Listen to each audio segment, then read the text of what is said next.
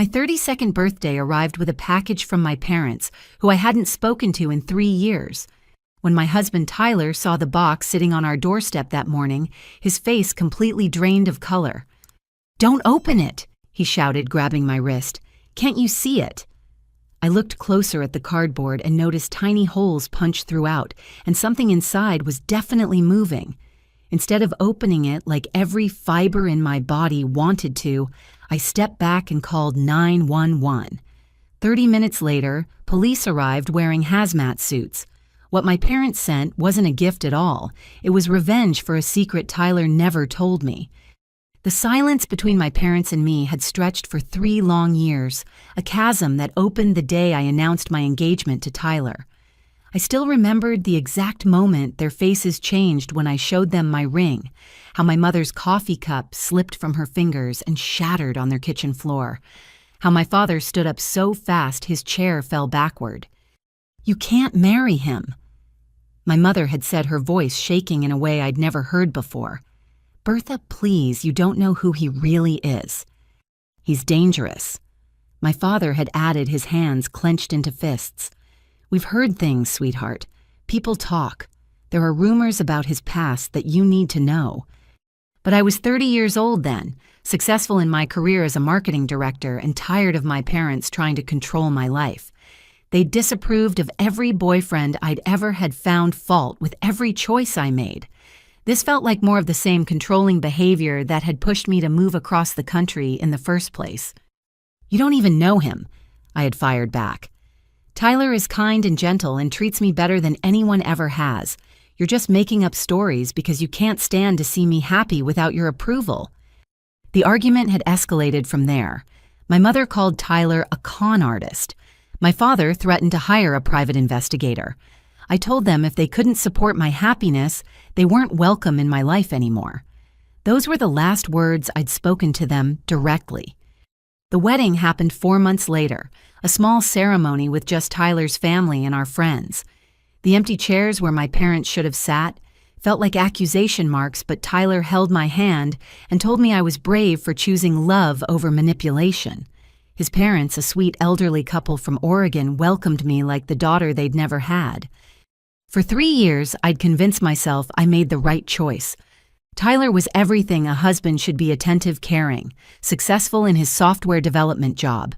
We bought a house in the suburbs of Denver, adopted a golden retriever named Max, and started trying for children. My life felt complete even with the parent-shaped hole in it. But this morning, while Tyler was at his early meeting, I was using our shared iPad to look up recipes when a message notification popped up. It was from my mother, to Tyler. My hands started trembling as I opened the message thread. The conversation went back 6 months. 6 months of my husband secretly communicating with the parents I'd cut off. The messages were cryptic but frequent. "The plan is working. She doesn't suspect anything." Tyler 3 months ago. "We need more time. This has to be done right." My mother 2 months ago. "She's starting to ask questions about the insurance policies." Tyler 3 weeks ago. Then we moved to phase 2. Margaret and I are ready. My father 1 week ago. "The package will arrive on her birthday. Make sure you're home." My mother yesterday. My stomach churned as I scrolled through message after message. The 2 people I loved most in the world, who I thought hated each other, had been conspiring behind my back.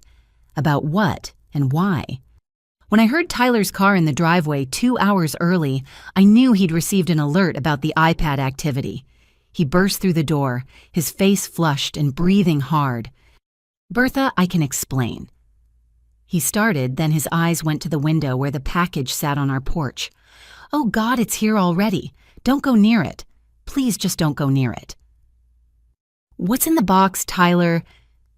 My voice sounded steadier than I felt. "What have you and my parents been planning?" He ran his hands through his hair, a gesture I'd once found endearing but now seemed calculated. "It's not what you think. I was trying to protect you. From them. They're not who you think they are, Bertha." Says the man who's been lying to me for 6 months. "I haven't been lying, I've been managing a situation. Your parents are dangerous people. They have connections, resources. When they reached out to me, I had to play along to keep you safe." A knock at the door interrupted us. Tyler moved faster than I'd ever seen him move, practically throwing himself between me and the entrance. "Don't answer that," he commanded. But I was done taking orders.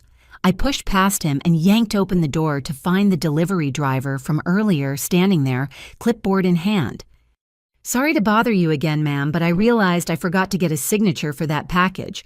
Company policy for anything marked fragile and live contents." Live contents. The word sent ice through my veins. "I'll sign for it," Tyler said quickly, reaching for the clipboard. I stepped forward, blocking him. "Actually, I have some questions first. Which delivery company do you work for?" The man shifted uncomfortably. Express Solutions, ma'am." "Funny because your uniform doesn't have a logo, and I've never heard of Express Solutions." Tyler grabbed my arm. "Bertha, stop." The man's eyes darted between us, and something in his expression made my skin crawl. He wasn't nervous like a caught delivery driver would be. He was assessing, calculating. "Who are you really?" I demanded. He took a step back, and I noticed the way his hand moved toward his pocket, not like someone reaching for a phone, but like someone checking a weapon. "I'm just trying to do my job, ma'am." "Then you won't mind if I call Express Solutions to verify your employment." I pulled out my phone. The man turned and walked quickly toward a van parked across the street, no logo on that either. But before he got in, I saw him pull out his phone and snap several pictures of our house. "What the hell is going on, Tyler?" My husband sank onto the porch step, head in his hands. "I hired him, the security company. Your parents have been making threats, Bertha. Serious threats. That package, whatever's in it, someone knew exactly when to deliver it. They knew my schedule, knew when you'd be alone." "Security threats. Tyler, you're not making any sense. Your mother isn't just some retired teacher, Bertha. She was a federal prosecutor. And your father, his import business. It's not just furniture he brings into the country." The world tilted sideways. Everything I thought I knew about my family, my marriage, was crumbling like sand castles at high tide. That's when I noticed the sounds coming from the box on our porch, soft scratching noises like fingernails on cardboard. And through those tiny holes, something moved. Something with too many legs. "We need to call the police," I said, my voice barely a whisper. "Yeah," Tyler agreed, and for the first time since I'd known him, he looked truly terrified. "Yeah, we really do." The 911 operator kept me on the line while we waited, her calm voice a lifeline in the chaos. She told us to evacuate the house immediately to get as far from the package as possible. Tyler and I sat in my car at the end of our driveway, watching our home like it might explode at any moment. "Units are 3 minutes out," the operator assured me. "Can you describe the package again?" "It's about 2 feet by 2 feet, brown cardboard, lots of small holes punched in it. There's definitely something alive inside, multiple somethings from the sound." Beside me, Tyler kept checking his phone, typing messages, then deleting them. His hands shook so badly he could barely hold the device. "Who else knows about this package?" I asked him. "Just your parents and—" He trailed off as 3 police cars screamed around the corner, followed by what looked like a hazmat vehicle. God, this is really happening. Officers in regular uniforms established a perimeter, while 2 figures in full hazmat suits approached our porch. The whole scene felt surreal, like something from a movie happening on our quiet suburban street. Neighbors came out of their houses, phones raised to record the drama. "Sir, ma'am, I'm Detective Sarah Chen." A woman in plain clothes approached our car. "I need you both to come with me to the station while the hazmat team secures the package." "I'm not going anywhere until I know what's in that box," I said. "Ma'am, for your safety." My parents sent it. My estranged parents, who apparently have been plotting with my husband. I deserve to know what's inside. Detective Chen studied me for a moment, then nodded. "You can observe from a safe distance, but if the team says evacuate, we evacuate. No arguments." We stood behind a police van, watching through its windows as the hazmat team carefully lifted the box with specialized tools. One of them had a snake hook, the kind used to handle dangerous reptiles. My mouth went dry. "Opening the package now," one of them announced through the radio. Even from 50 feet away, I could hear Tyler's sharp intake of breath as the lid lifted. The hazmat technician jerked back, nearly dropping the box. "We've got spiders," he reported. "Dozens of them, requesting immediate containment protocols." "What kind of spiders?" Detective Chen asked into her radio. There was a pause, then, "Brazilian wandering spiders, highly venomous. This is an attempted murder weapon." The world narrowed to a pinpoint. Brazilian wandering spiders. Even I knew those were among the deadliest in the world. My parents had sent me a box of death for my birthday. "I need to sit down," I mumbled, and suddenly Tyler's arms were around me, guiding me to the curb. "Breathe, baby, just breathe," he murmured, but his voice cracked with his own fear. Detective Chen crouched in front of us.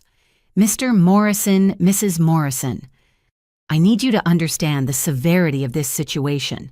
Those spiders could have killed you within hours. Now I need complete honesty. Do either of you know why someone would want you dead?" Tyler's whole body tensed against mine. "It's complicated." "Uncomplicated," the detective said flatly. "Because right now you're looking at either victims of attempted murder or co-conspirators in some bizarre insurance fraud scheme. Which is it?" "My wife's parents are trying to prove a point," Tyler said quietly. "They think I'm dangerous. This is their sick way of showing her." Tyler stopped talking in riddles. I pushed away from him, anger finally burning through the shock. "What point? What are they trying to prove?" Detective Chen's radio crackled. "Detective, you need to hear this. We found a note in the bottom of the box." A hazmat technician brought over an evidence bag containing a single sheet of paper. Through the plastic, I could read my mother's distinctive handwriting. "He killed his first wife the same way. Check the death certificate. Sarah Morrison 5 years ago. Spider bite in her sleep. We're not letting him do it to you. Happy birthday, sweetheart. Mom and Dad." The earth stopped spinning. First wife. Tyler had a first wife who died from a spider bite. I turned to look at my husband, this man I'd shared a bed with for 3 years, who I'd trusted with every part of myself. His face had gone gray, aged 10 years in 10 seconds. "Tyler." My voice came out strangled. "You were married before—" "Bertha, I can explain.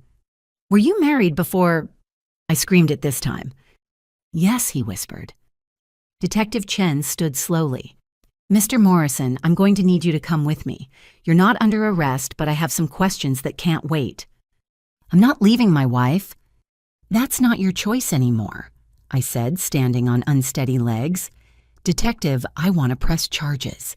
Against everyone. My parents for sending deadly spiders, my husband for whatever he's been hiding. Everyone." "Ma'am, I understand you're upset." "Upset." I laughed, but it sounded hysterical even to my own ears. "I just found out my parents tried to kill me to prove my husband killed his first wife. Upset doesn't even begin to cover it." Another officer approached the detective and whispered something urgently. Her expression darkened. "Mr. Morrison, I'm now placing you under arrest for suspicion of murder in the death of Sarah Morrison. You have the right to remain silent."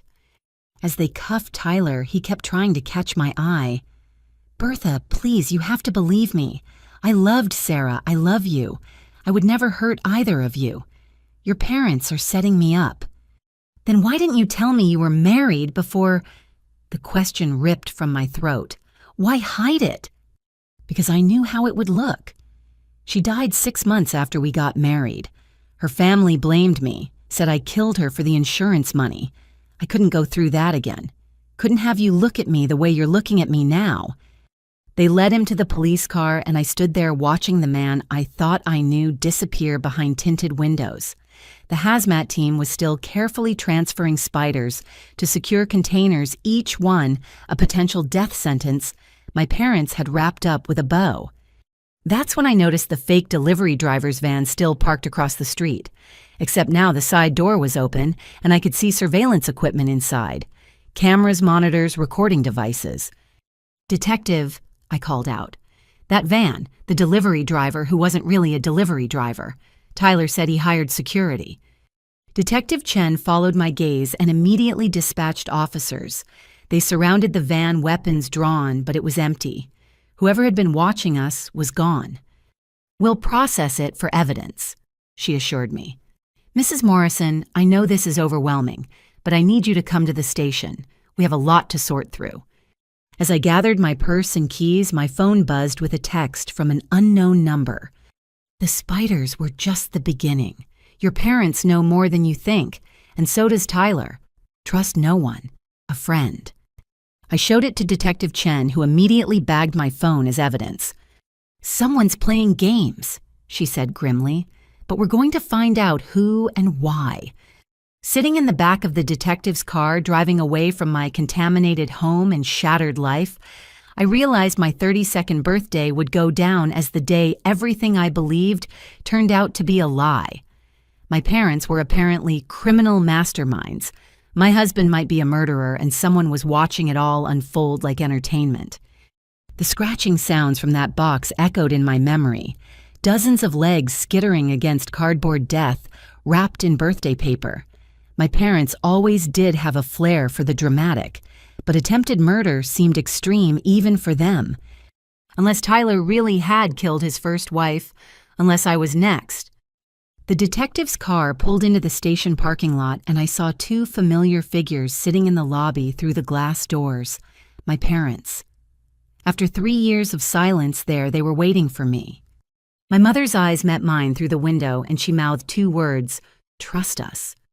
But trust was a luxury I could no longer afford.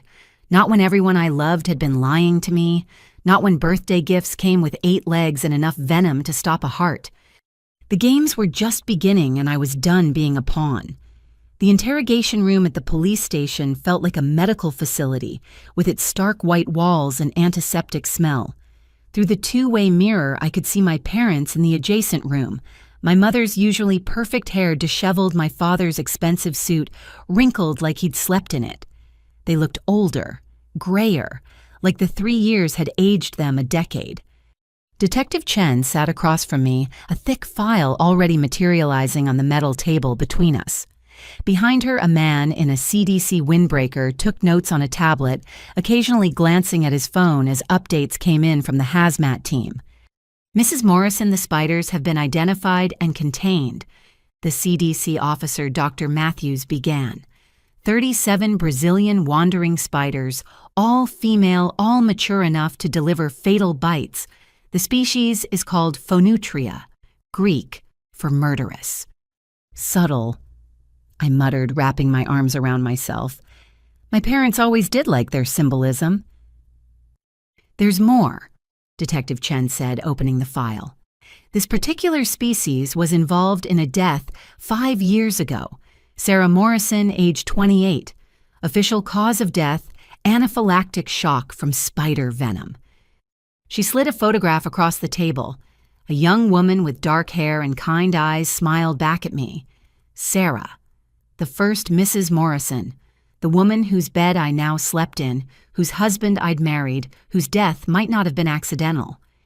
"The coroner's report notes something unusual," Dr. Matthews added. "The bite pattern suggested the spider was placed deliberately. These spiders are aggressive, but they don't typically attack sleeping humans unless provoked or positioned to do so." "You're saying someone put a spider in bed with her." That was the family's theory, but there was no evidence of spiders in the home, no way to prove it wasn't a freak accident. The case was closed. Detective Chen pulled out another document. "Your husband inherited $500,000 from Sarah's life insurance policy. He used it to start his software company, moved across the country, and legally changed his name from Marcus Webb to Tyler Morrison." The room tilted. "His name isn't Tyler Morrison. He took his deceased brother's first name and Sarah's maiden name. Said he wanted a fresh start after the tragedy." The detective's voice was carefully neutral. "He met you 18 months later." My hands trembled as I reached for the water cup she'd provided. Everything about my life was unraveling like a cheaply made sweater, one pull, and it all came apart. My parents knew about this. Your mother requisitioned the case files 2 years ago, right after your engagement. She spent considerable time and resources investigating your husband's background. What she found was troubling. The door opened and another officer entered, whispering urgently to Detective Chen. Her expression darkened. The tech team just finished processing your husband's laptop. Mrs. Morrison, were you aware he had a $2 million life insurance policy on you? The water cup slipped from my numb fingers, spilling across the table. $2 million. We have policies, but they're for $200,000 each, standard coverage. This one was taken out 6 months ago. You're listed as having a pre-existing heart condition that would make spider venom particularly fatal. I don't have a heart condition. According to the medical forms your husband submitted, you do. He's been playing a long game, Mrs. Morrison. Dr. Matthews pulled up something on his tablet. There's more. The search history on his computer shows extensive research into spider venom, particularly its interaction with certain medications. Has he ever given you any supplements or vitamins? My blood turned to ice water. He started giving me energy vitamins about 4 months ago, said I seemed tired all the time. We'll need to test those immediately. If he's been microdosing you with venom to build up markers in your system. He's been poisoning me. The words came out as a shriek, to make it look like I had a bad reaction when he finally, oh God, I think I'm going to be sick. Detective Chen quickly directed me to a trash can where I emptied my stomach, my body rejecting the very thought of what Tyler might have been doing to me. When I finished, she handed me tissues and more water. Your parents' package wasn't an attempted murder, she said quietly. It was evidence. They knew we'd have to investigate, that we'd test your blood, discover what he's been doing. They were trying to save your life. By sending deadly spiders, by forcing our involvement. They knew you wouldn't believe them, not after 3 years of estrangement, but you'd believe forensic evidence. A knock on the door interrupted us. An officer leaned in. The husband's lawyer is here. Also, the wife's parents are insisting on seeing her. Not yet, I said quickly. I need to understand everything first. What else did Tyler research? Detective Chen flipped through more papers. Methods of spider introduction, how to make bites look accidental, which species leave the least trace evidence. But here's the interesting part. He wasn't just researching for you. There are files on 3 other women, all deceased, all from spider bites or severe allergic reactions to insect venom. 3 others. My voice was barely a whisper. Julia Martinez in Phoenix 6 years ago, Emma Thompson in Seattle 7 years ago, Ashley Williams in Portland 9 years ago, all young women, all recently married, all with substantial life insurance policies. He's a serial killer. The words tasted like poison in my mouth. I married a serial killer. Alleged, Detective Chen corrected carefully, but the pattern is concerning. Your parents found 2 of these cases in their investigation. They hired a private investigator who uncovered the 3rd just last week. Dr. Matthews stood up. I need to coordinate with the lab about those vitamins. Mrs. Morrison, we're going to need blood samples, hair samples, and a full toxicology screening. The sooner we can prove what's in your system, the stronger the case against your husband. After he left, Detective Chen leaned forward, her expression softer. I know this is a lot to process, but you're safe now. He can't hurt you anymore. Can he? His lawyer's here? He'll probably make bail, and I have to go home to a house we shared, sleep in a bed, where he might have been slowly poisoning me, look at wedding photos knowing he might have killed 4 women before me. You don't have to go home. We can arrange protective custody, or perhaps your parents. My parents, who sent me a box of deadly spiders. Who risked federal charges to save your daughter's life, she corrected. They could have gone to the police directly, but they knew Tyler would have time to destroy evidence to finish what he started with you. This way, catching him off guard preserved everything we needed. The door burst open. A man in an expensive suit strode in like he owned the building. This interrogation ends now. My client's wife has no obligation to speak without her own attorney present. She's not being interrogated, counselor, Detective Chen replied coolly. She's a victim providing voluntary information about attempted murder. The lawyer, who I recognized as Patricia Caldwell from the news, turned her sharp gaze on me. "Mrs. Morrison, your husband is concerned about your welfare. He wants you to know he loves you, and this is all a terrible misunderstanding." A misunderstanding. I stood up, rage, finally burning through the shock. Which part? The secret first wife, the fake name, the $2 million insurance policy, the poisoned vitamins. Patricia didn't even blink. Allegations without proof. My client is a successful businessman who tragically lost his first wife and has now been targeted by his current in-laws in an elaborate frame-up. Every piece of so-called evidence has an innocent explanation. Even the search history about spider venom, research for a mystery novel he's been writing. I have drafts to prove it. The false medical records, a clerical error he was in the process of correcting. The 3 other dead women. That finally made her pause. "What other women?" Detective Chen smiled grimly. "Didn't your client mention his full history? How interesting." Patricia recovered quickly. "I'll need to see this supposed evidence. In the meantime, Mrs. Morrison, your husband wants you to know he's posted bail and will be staying at the Marriott downtown. He hopes you'll speak with him once you've calmed down." "If he comes near me, I'll kill him myself," I said flatly. "I'll pretend I didn't hear that threat," Patricia said, but something flickered in her eyes. Fear or calculation. "Detective, I expect full discovery within 24 hours. After she swept out, I sank back into the chair. "He's out already!" "White-collar crime first offense on record, strong community ties," Detective Chen said disgustedly. "But don't worry, we'll have officers watching him and you. He won't get close." "You don't understand. Tyler's brilliant. He fooled me for 3 years, created an entire fake identity, possibly killed 4 women, and made them all look like accidents. Officers watching won't stop him if he really wants to finish what he started." "Then what do you suggest?" I thought about the text from the unknown number. Someone else was involved in this. Someone who knew things. My parents had played their card with the spiders, but there were other players in this game. "I want to talk to my parents," I said finally. "But I want everything recorded. And I want immunity for them in exchange for their full cooperation. They know more than they've told you."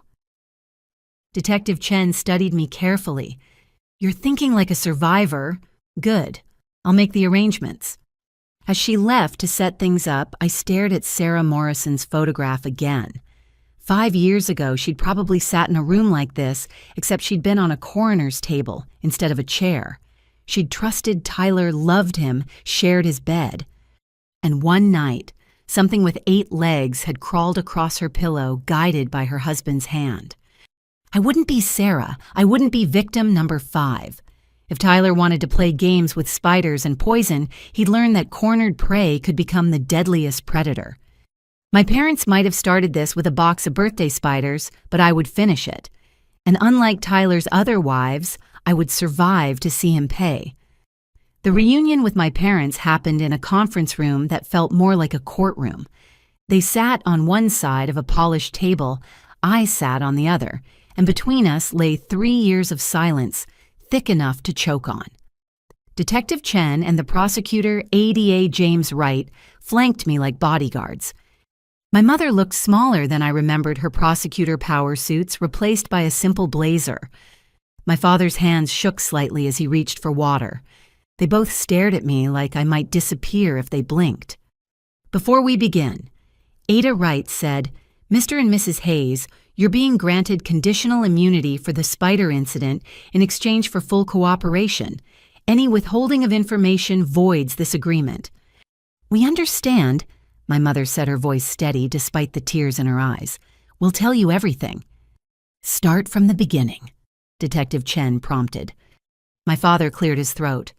"When Bertha announced her engagement, your mother ran a basic background check. She always did on anyone you dated seriously." "You ran background checks on my boyfriends," I interrupted. "Just the serious ones," my mother said defensively. "And good thing, too. Tyler Morrison didn't exist before 2019. "That's when he changed his name," I said flatly. But we didn't know that at first. We hired a private investigator, Paul Santos. He's former FBI, very thorough. What he found... She pulled out a thick folder from her bag. Your husband isn't just Marcus Webb.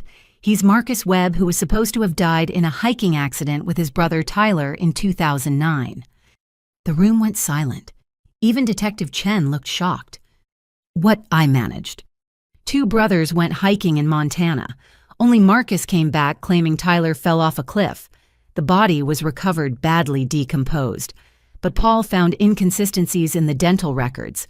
He thinks Marcus killed Tyler and switched identities. That's insane, I breathed. Is it? My father pulled out photographs. This is Tyler Morrison's high school yearbook photo, and this is Marcus Webb from the same school 1 year apart. I stared at the pictures. My husband's face stared back from the Tyler photo.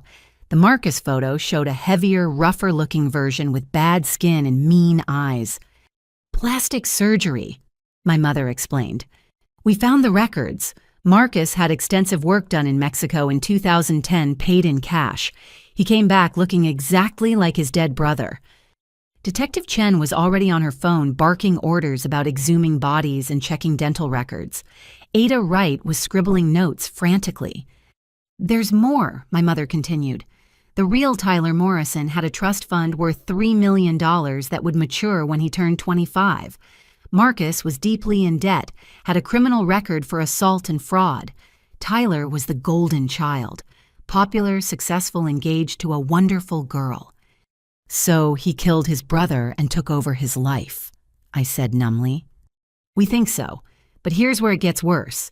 Tyler's fiancée Rebecca Grant died in a car accident 6 months after Marcus returned from that hiking trip.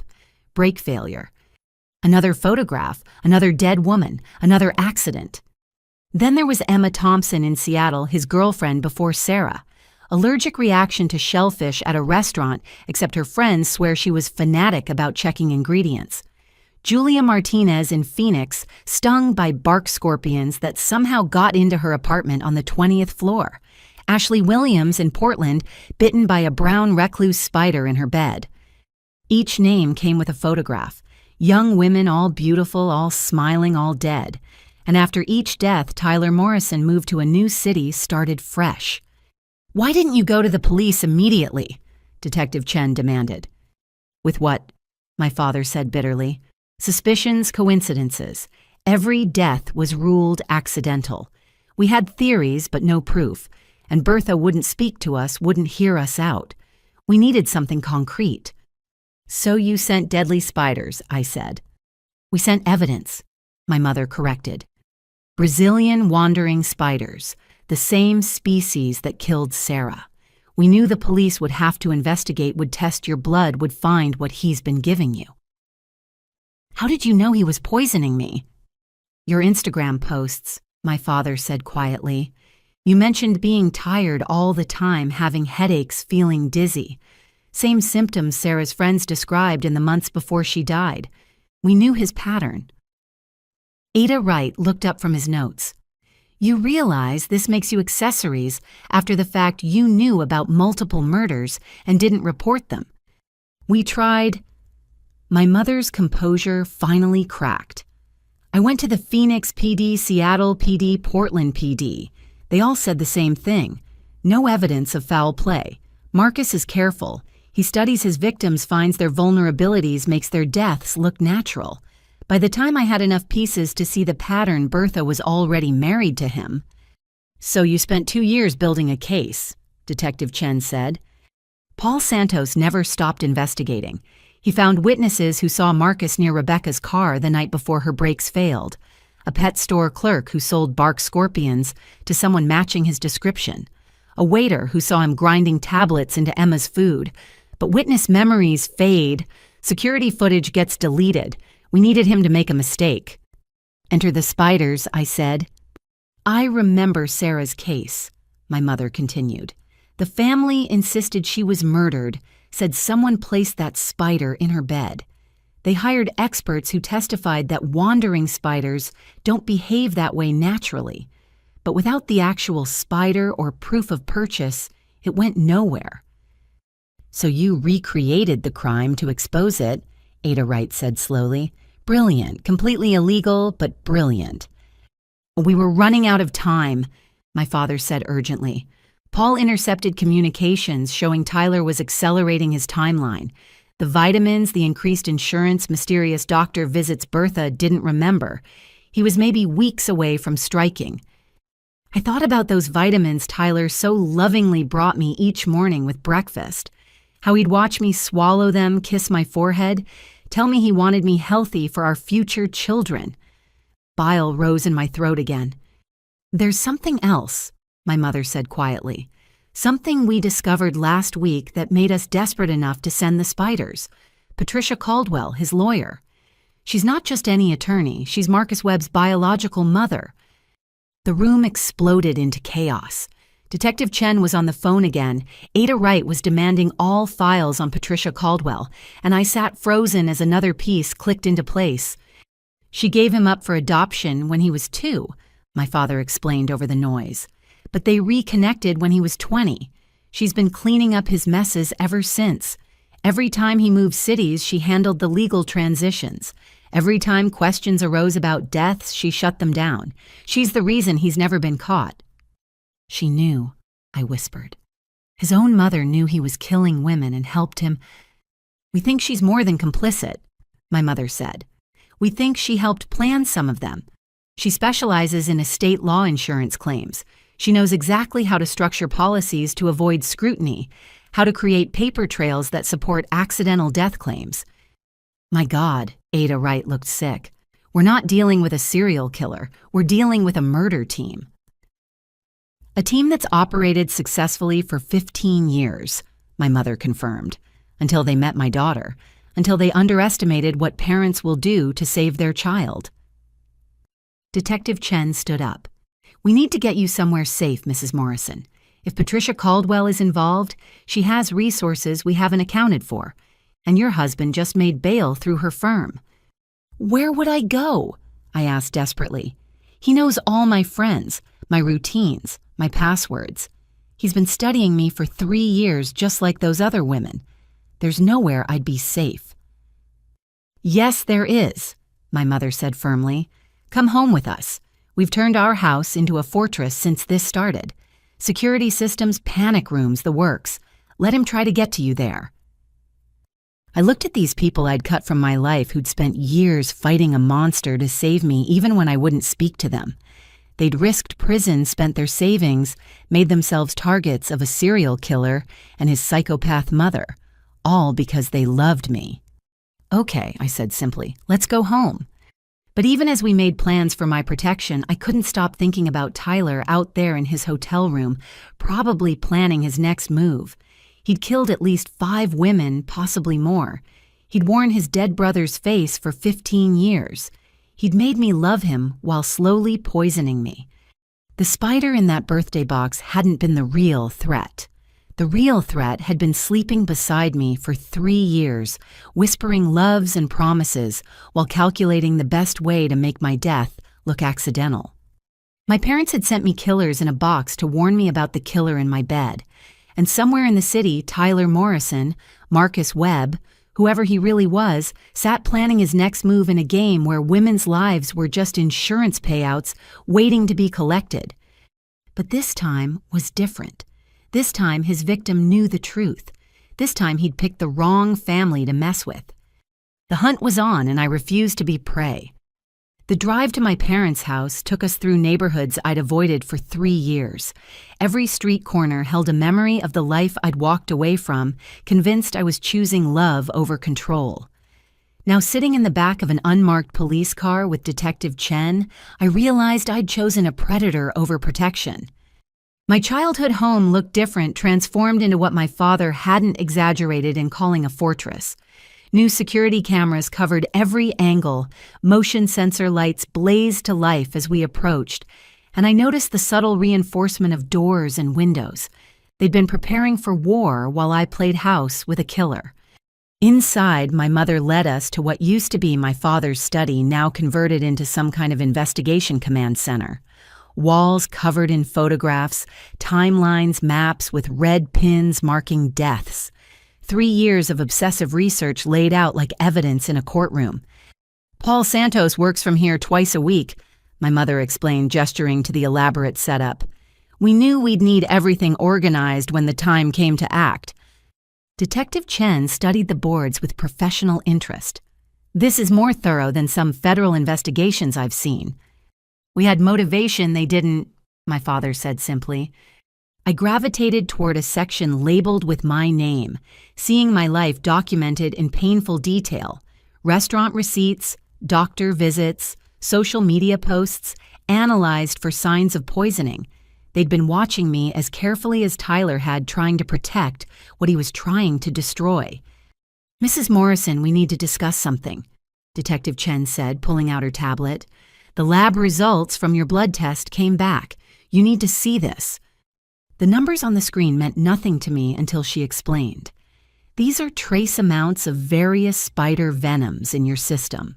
Not enough to kill, but enough to build up over time. But that's not the concerning part. These markers here, they indicate you've also been exposed to ricin. Ricin. My legs gave out and I sank into a chair. The poison from Breaking Bad, ricin, in microscopic doses. Combined with the spider venom, it would create symptoms that mimic a severe allergic reaction. Any emergency room would treat it as anaphylaxis, not poisoning. By the time they realized the truth, if they ever did, it would be too late. My mother made a sound like a wounded animal. How long has this been going on? Based on the accumulation levels, approximately 4 months. 4 months, spring. When Tyler had started bringing me breakfast in bed every morning, those special vitamins mixed into smoothies he made with such care. When he'd been so attentive, so loving, making sure I took care of myself. He was documenting it too. Detective Chen continued pulling up files from Tyler's computer. He has a spreadsheet tracking your symptoms, adjusting doses based on your reactions. Look at this entry from last month, B, showing increased fatigue. Reduce ricin by 10% to extend timeline. Need her coherent for anniversary party next week. I ran to the bathroom and was violently sick again. My own husband had been calculating my death like a science experiment, adjusting his poisoning schedule around social events. When I'd felt too tired for date night, he'd commiserated and suggested we stay in. When I'd rallied for our anniversary party, he'd taken credit for the vitamins helping. Paul Santos arrived while I was still composing myself, a gray-haired man with sharp eyes and a grim expression. He carried boxes of additional evidence, his latest findings. I've been tracking the money, he announced without preamble. Every death, there's a pattern. The insurance payouts go to Tyler, but then large sums transfer to offshore accounts, controlled by Patricia Caldwell. She takes 40% of every kill. 40% ADA Wright had arrived for the evidence review. She's taking commission on murder. Like a talent agent, Paul said disgustedly. But I found something else. 3 days ago, Patricia made a large withdrawal from one of those accounts. $500,000 in cash. That kind of money means she's either running or funding something big. Could she be planning to get Tyler out of the country? Detective Chen asked. Possibly, or... Paul hesitated. There's another option. I've been investigating Patricia's past, too. Her son Marcus wasn't her only child. She had a daughter 2 years before him, gave her up for adoption, too. That daughter would be 47 now. And my father prompted. And she works at the FDA in the division that handles exotic animal import permits, including the permit for those Brazilian wandering spiders. The room went silent as the implications sank in. Patricia Caldwell didn't just have one murderous child. She potentially had a whole network. The spiders my parents sent, I said slowly. How did they even get them? My mother and father exchanged glances. We had help. Someone who said they wanted Tyler stopped as badly as we did. They provided the spiders and the documentation to make them look legal. Someone set you up, Detective Chen said flatly. They used you to deliver evidence, yes, but also to implicate yourselves. If this goes badly, you take the fall for attempted murder, while the real conspirators walk free. The delivery driver, I said suddenly. The fake one who was watching our house. Tyler said he hired him, but what if he didn't? What if Patricia hired him to monitor the situation? Paul was already pulling up traffic cameras from our neighborhood. Give me 10 minutes. While he worked, I studied the timeline on the wall. All those women, all those deaths spanning 15 years. But something bothered me about the pattern. There's acceleration, I said, pointing to the dates. The first death, the real Tyler, was 15 years ago. Then nothing for 3 years. Rebecca Grant, 12 years ago. 2-year gap. Emma Thompson, 10 years ago. 18-month gap. The intervals keep getting shorter. Like he needs it more frequently, Detective Chen observed, or he's getting greedier. Or someone's pushing him to produce more, Ada Wright suggested. If Patricia's taking 40% and has expensive tastes— Got him, Paul announced, throwing images on a laptop screen. The delivery van is registered to a shell company owned by, surprise, surprise, Caldwell Enterprises. But look who's driving. The enhanced photo showed a woman in her late 40s with Patricia's sharp features and cold eyes. The sister, my mother breathed. She's real. Her name is Diana Vance, Paul said, fingers flying over his keyboard. And here's where it gets interesting. She was married to Robert Vance, who died 8 years ago from, wait for it, anaphylactic shock from a bee sting. She's killed too, I said numbly. It's a family business. $3 million insurance payout, Paul confirmed, which she used to buy her way into a government position where she could facilitate her mother's import needs. They're all connected. My phone, now monitored by police techs, suddenly buzzed with a text from Tyler's number. Baby, please talk to me. I'm scared and confused. Your parents are lying about everything. I can prove it. Meet me and I'll show you evidence that they're the real killers. I love you. He's trying to flip the narrative, Detective Chen said. Classic manipulation. Another text. Check your email. I sent you proof about your parents. They killed my Sarah to frame me. They've killed others. You're not safe with them. Despite every warning, I opened the email. It contained documents that looked official papers suggesting my parents had connections to organized crime, that my mother had prosecuted rivals to protect their interests, that the furniture import business was a front for smuggling. Sophisticated forgeries, my mother said, looking over my shoulder, but forgeries nonetheless. I prosecuted those crime families, not protected them. He's desperate, Paul observed. This kind of sloppy frame job isn't his usual style. He's improvising. That's when Ada Wright's phone rang. He answered, his face growing increasingly pale. Yes, Your Honor. I understand. Yes, they'll be there. He hung up and looked at us grimly. Patricia Caldwell just got an emergency hearing scheduled for tomorrow morning. She's filing for a restraining order against Mr. and Mrs. Hayes on Tyler's behalf, claiming harassment and attempted murder. She's also moving to have all evidence obtained from the spider incident thrown out as fruit of the poisonous tree. She can't do that, I protested. She's Patricia Caldwell, he said bitterly. She owns half the judges in this state through campaign contributions.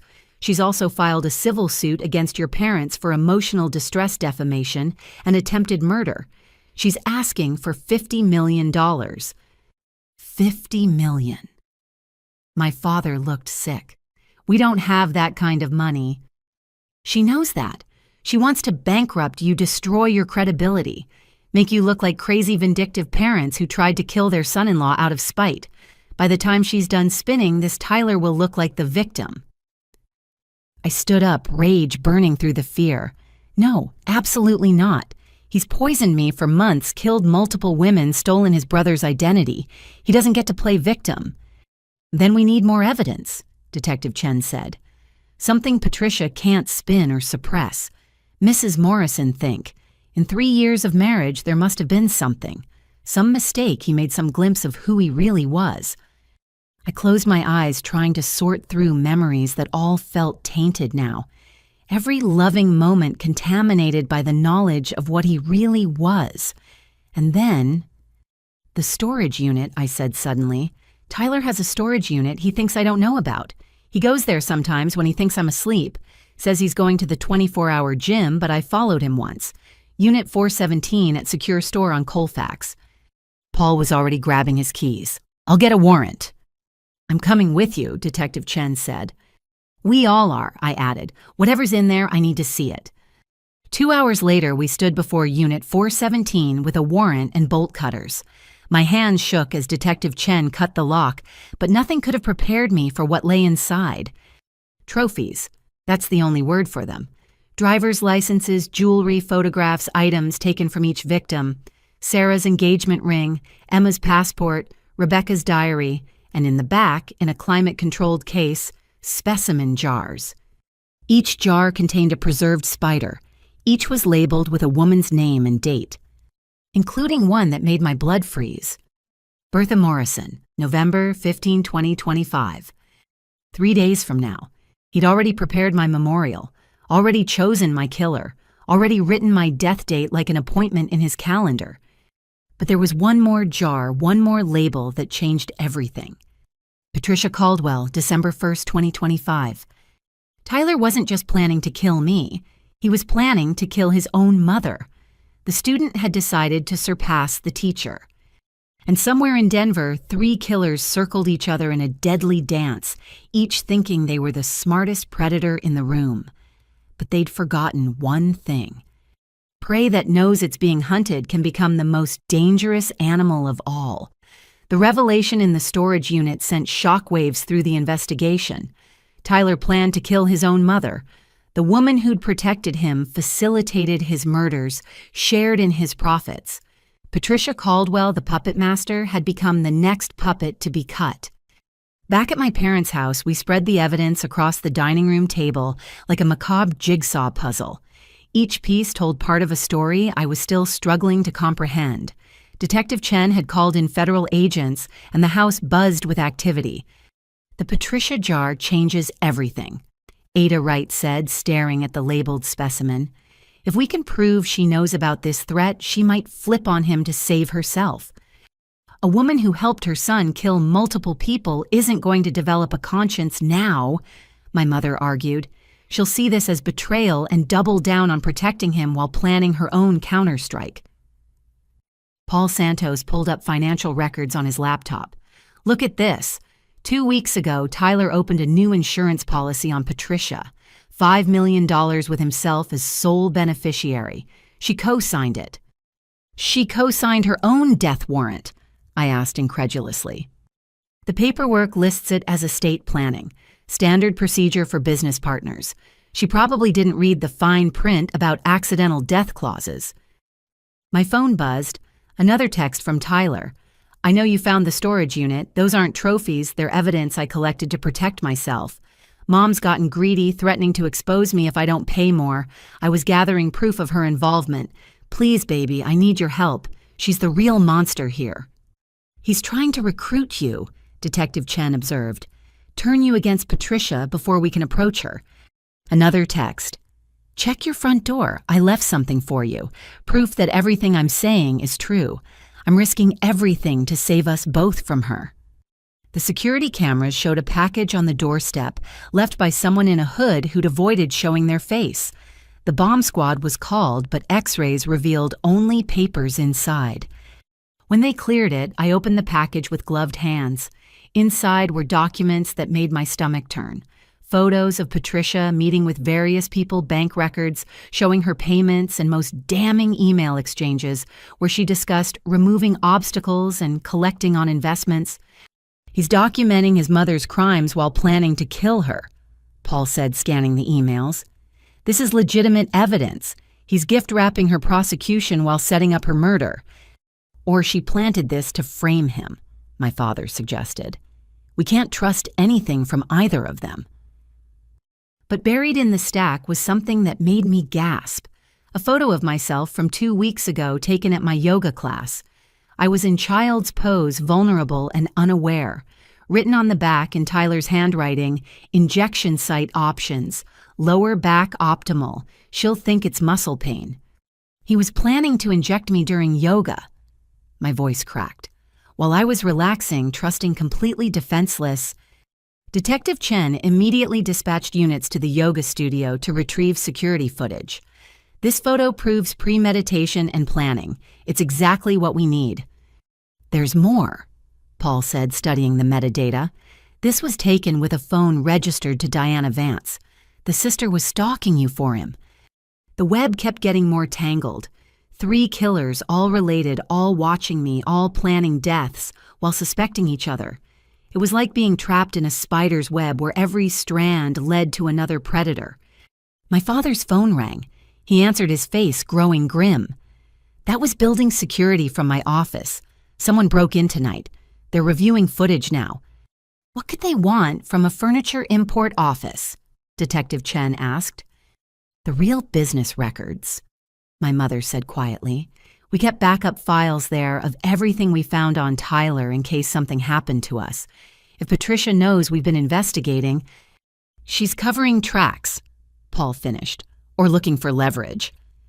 30 minutes later, security footage revealed the truth.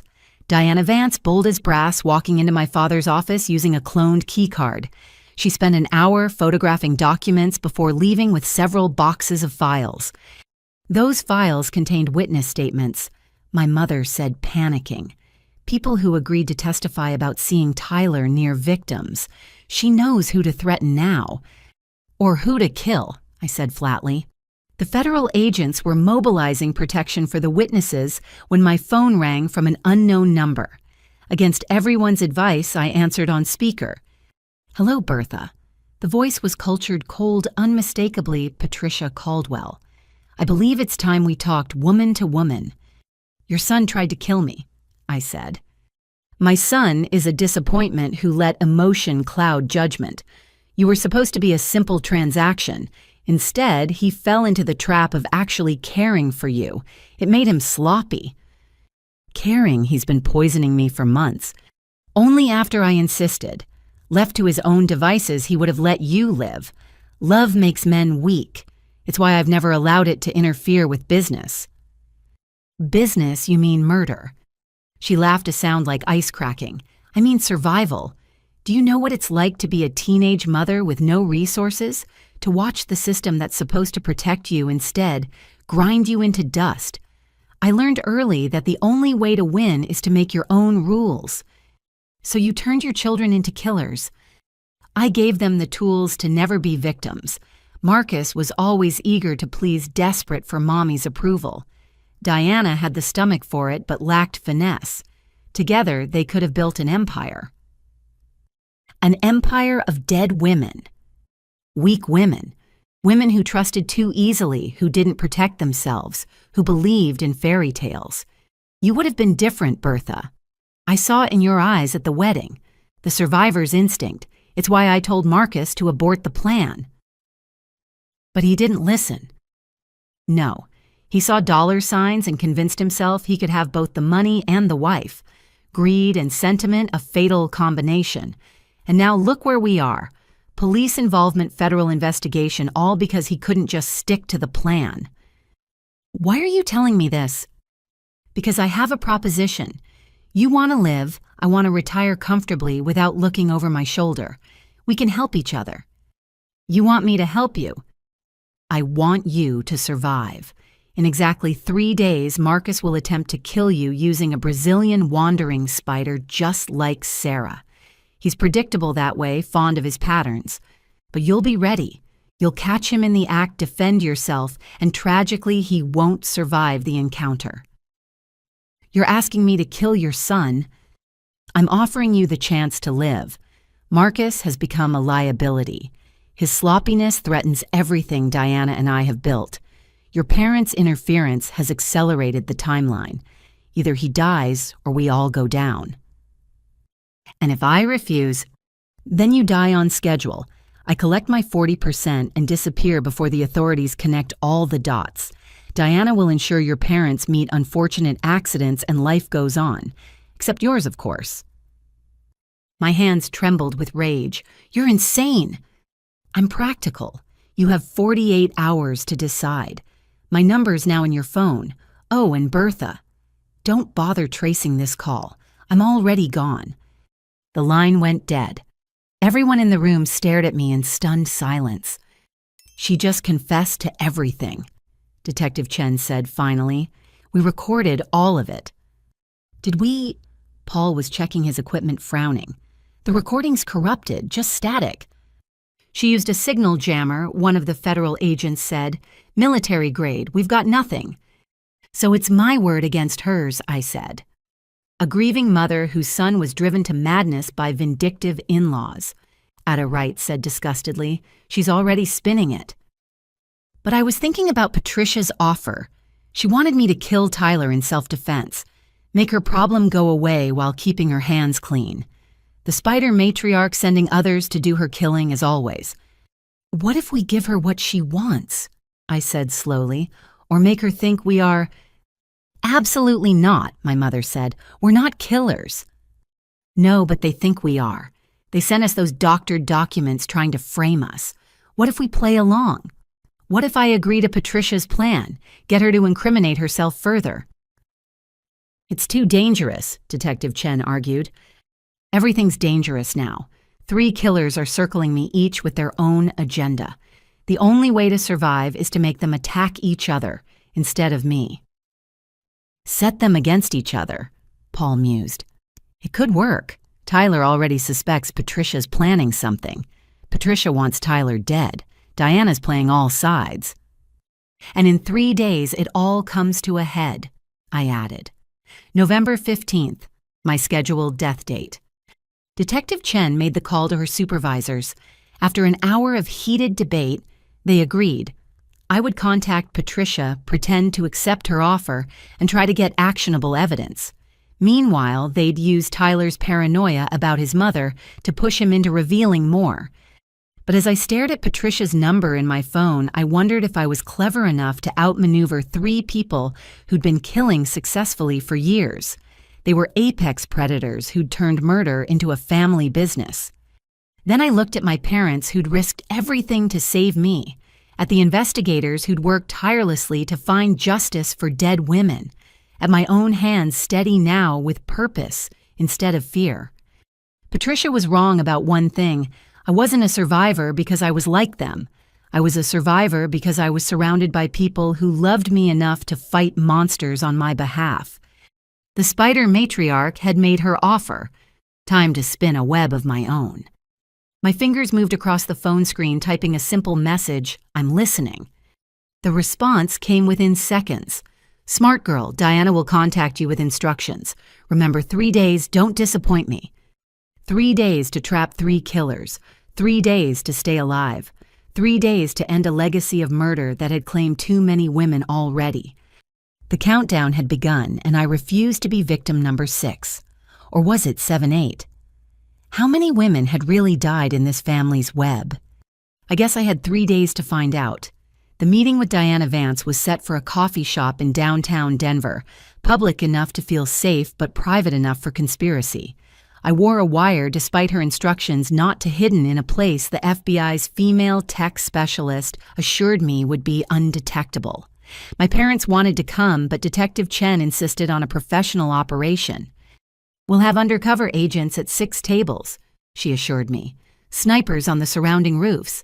If she makes one wrong move, we'll take her down." But when I walked into the coffee shop at exactly 2 in the afternoon, my blood froze. Tyler sat at a corner table, casually sipping a latte like he hadn't been plotting my murder. Every agent in the place tensed hands, moving toward concealed weapons. "Hello, darling," he said, standing as I approached. "Please sit, we need to talk." "Where's Diana?" "My dear aunt is running late. She thought we should clear the air first." His smile was the same one that had charmed me 3 years ago, but now I saw the calculation behind it. "You look tired. Have you been taking your vitamins?" "The ones laced with poison, I'll pass." He had the audacity to look hurt. "Bertha, I know what the police told you, but they're wrong. Those vitamins were to protect you from what my mother was planning. She's been poisoning you, not me." "Really? Then why did I find a jar with my name on it in your storage unit?" "Because I was investigating her murders, gathering evidence. That spider was meant to frame her when she inevitably tried to kill you.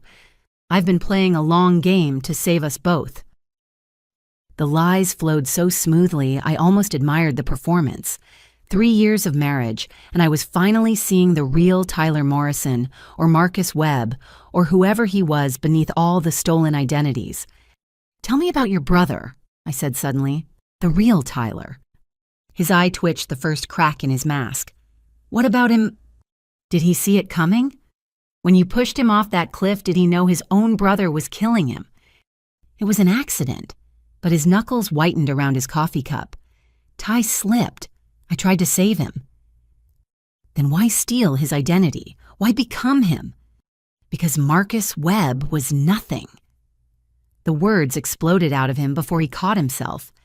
Several patrons looked our way. He forced his voice back to calm. "Marcus was a failure, a disappointment, a nobody going nowhere. Tyler had everything: trust fund, looks, potential. When he died, I saw an opportunity to become who I was meant to be." "So you murdered him." "I evolved, just like I've been helping you evolve. You were so meek when we met, so desperate for approval. I've made you stronger. By poisoning me, by showing you what you're capable of surviving. Look at you now, working with the FBI, playing games with my mother. You're magnificent." The twisted pride in his voice made my skin crawl. In his warped mind, he'd been doing me a favor, training me, creating his perfect victim, or maybe his perfect partner. "Your mother wants you dead," I told him bluntly. "I found the insurance policy you took out on her. She knows." His facade cracked completely. "That bitch knows how. She's Patricia Caldwell. You think she got where she is by trusting anyone, even her own son, especially her own son who's already killed his brother." "She made me what I am," he snarled. "Every death, every plan, every evolution came from her lessons. Never leave witnesses, Marcus. Always have insurance, Marcus. Love is weakness, Marcus. Well, guess what? The student surpassed the teacher. And now she wants to put the rabid dog down." His hand shot across the table, grabbing my wrist. 2 agents started to rise, but I subtly waved them off. "We could run," he said urgently. "Right now. Leave everything behind. I have money, hidden away identities she doesn't know about. We could start fresh. Like you did with Sarah, with Emma, with all the others. They were practice. You're the real thing. The one I actually fell for against all my training." His grip tightened painfully.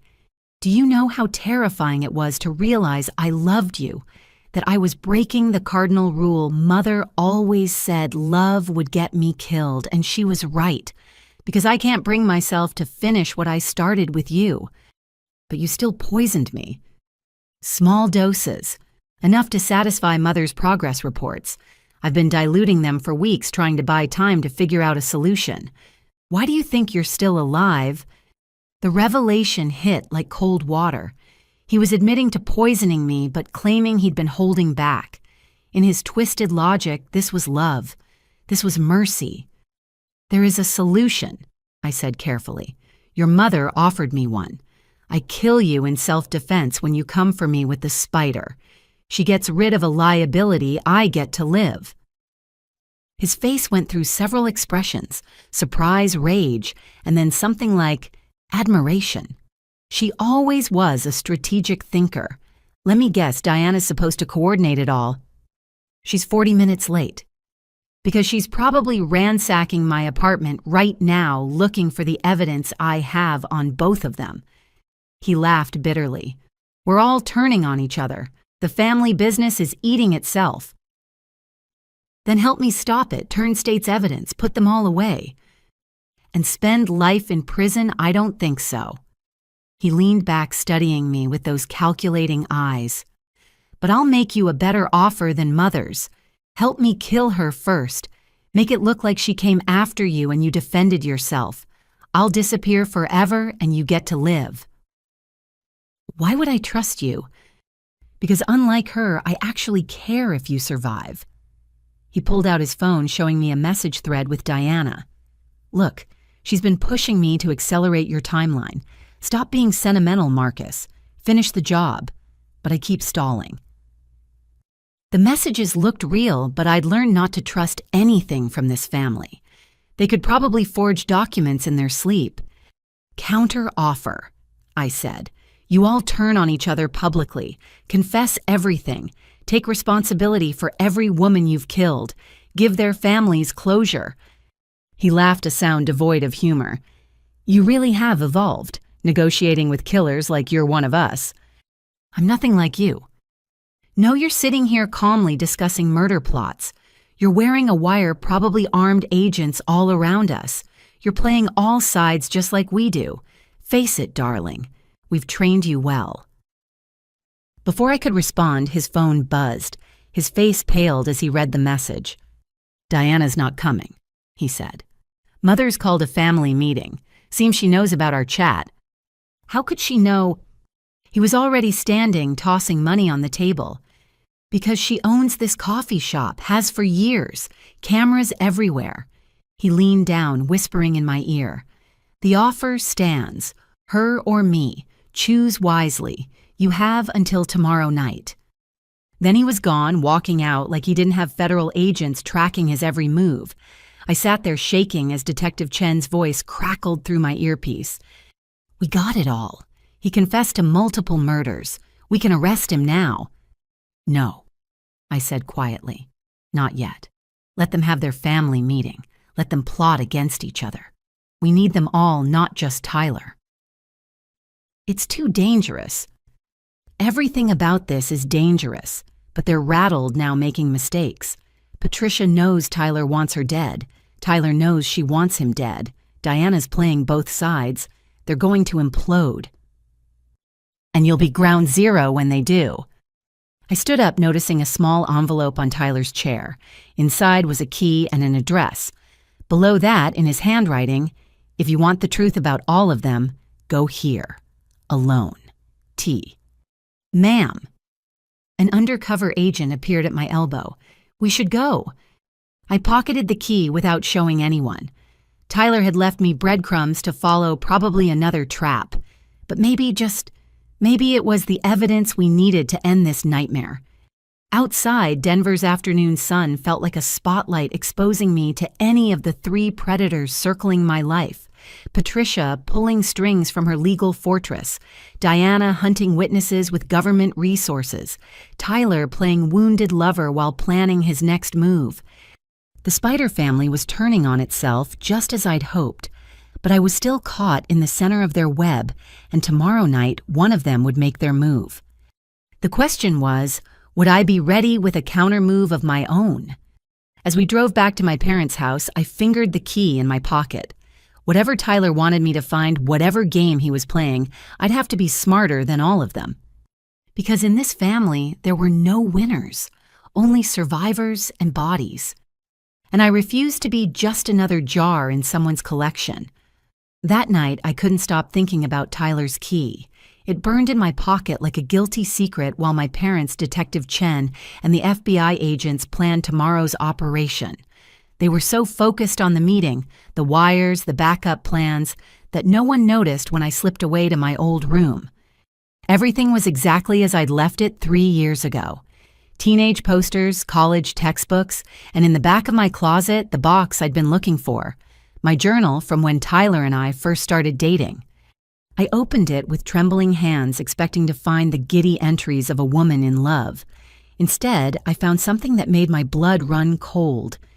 The first few entries were normal, describing our early dates, how charming Tyler was, how different from other men I dated. But then about 3 months in, the tone changed dramatically. May 15th. Something's wrong with T, found inconsistencies in his stories. His college roommate doesn't exist. Called Northwestern, no record of him graduating. Why would he lie? May 17th, hired private investigator. Feel crazy doing this, but need to know truth. It's been asking about my savings life insurance from grandma. Red flags everywhere. May 20th, PI found something horrible. Its real name might be Marcus Webb. Previous girlfriend died mysteriously.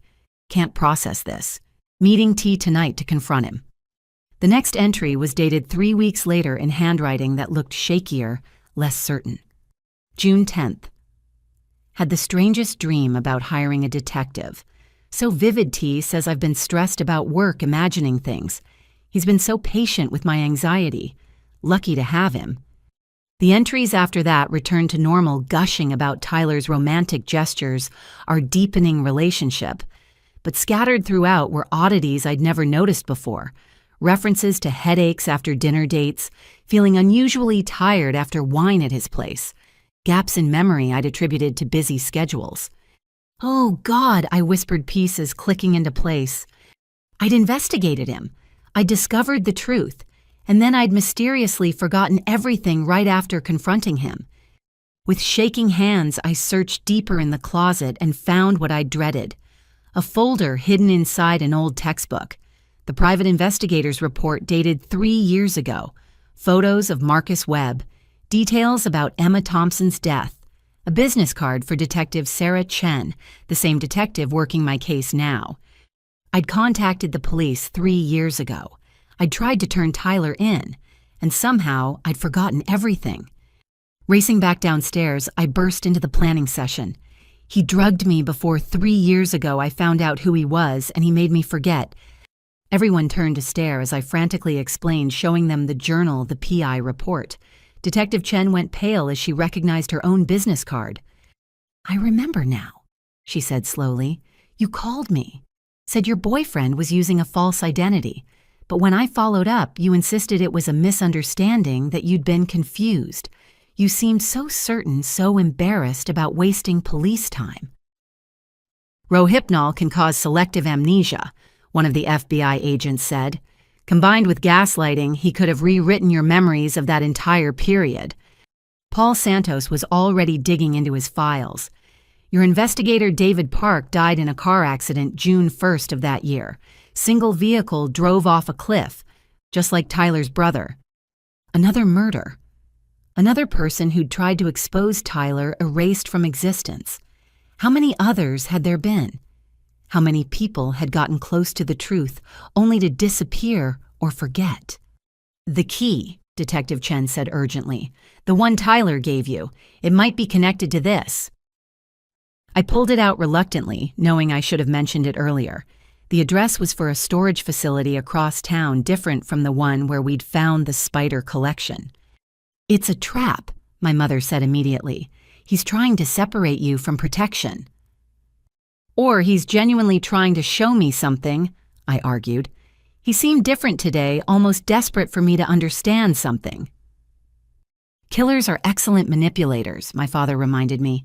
Don't fall for it again. But I couldn't shake the feeling that this was important. Tyler had risked meeting me in a public place, knowing he was under surveillance.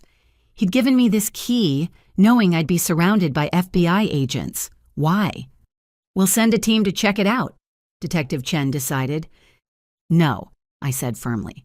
He said alone. If he's watching and sees FBI agents, we'll lose whatever evidence is there. Absolutely not. Then I'll go with minimal backup. One agent staying outside. I need to know what's in that unit. After an hour of argument, they agreed to a compromise. I would go with Paul Santos, who wasn't law enforcement, and might not trigger Tyler's paranoia. FBI agents would maintain a perimeter, but stay invisible. At midnight, we arrived at the storage facility. Unit 777 was in the basement level, isolated from the others. The key turned easily, and the door rolled up to reveal not weapons or trophies, but filing cabinets. Dozens of them. Each was labeled with a year starting from 2005, Patricia Caldwell's first year of practice.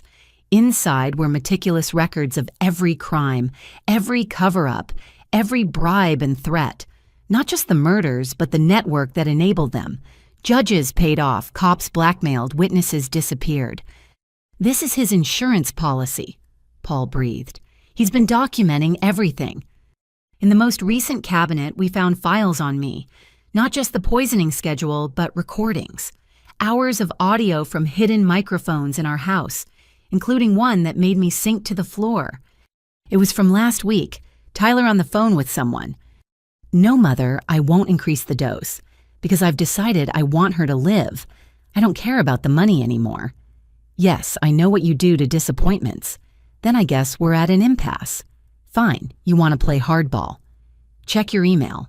I just sent you a preview of what I'll release if anything happens to Bertha or me. That's right, everything, going back 20 years.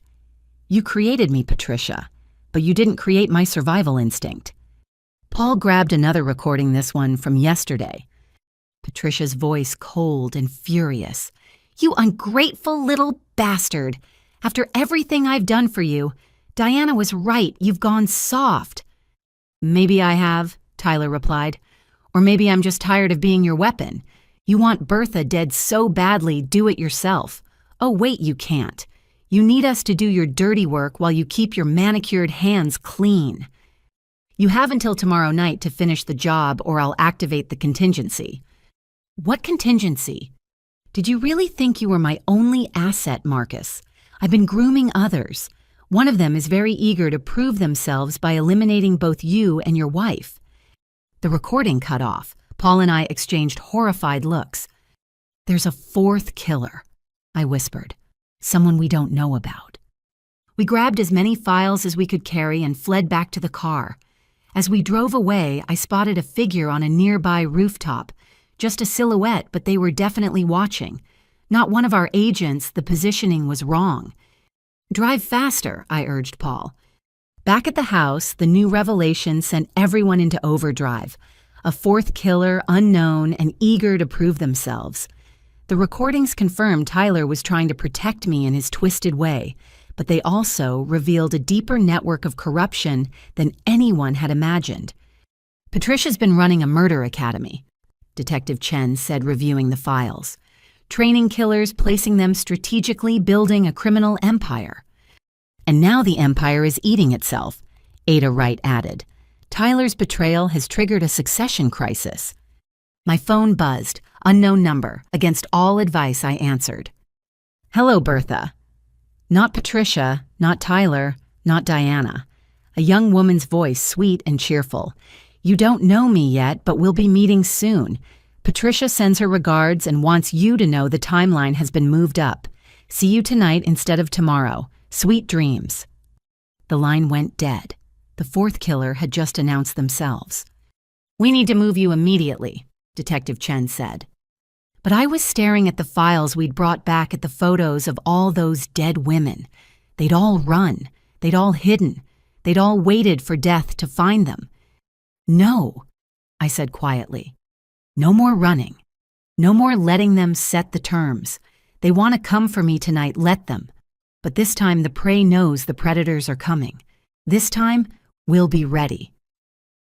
You can't seriously... I found out the truth about Tyler 3 years ago, and he stole that knowledge from me. Turned me into his accomplice through ignorance. Made me love a lie. Well, I remember now. I remember all of it. And I'm done being anyone's victim. I looked at the assembled team, my parents, the agents, the people who'd fought so hard to protect me. Tonight we end this, all of it. The whole poisonous family tree gets cut down.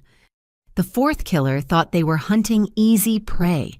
They were about to learn what Bertha Morrison was truly capable of when she remembered who she really was. Not a victim, not a pawn, not another jar in someone's collection. A survivor, and survivors fight back. The call came at 3 a.m. I was wide awake, sitting in my childhood bedroom surrounded by FBI agents when Tyler's number lit up my phone screen.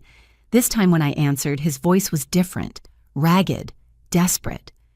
She killed Diana, he said without preamble. My aunt is dead. Patricia's cleaning house, and you're next. Where are you? Detective Chen mouthed to keep him talking while they traced the call. Diana's apartment. There's so much blood.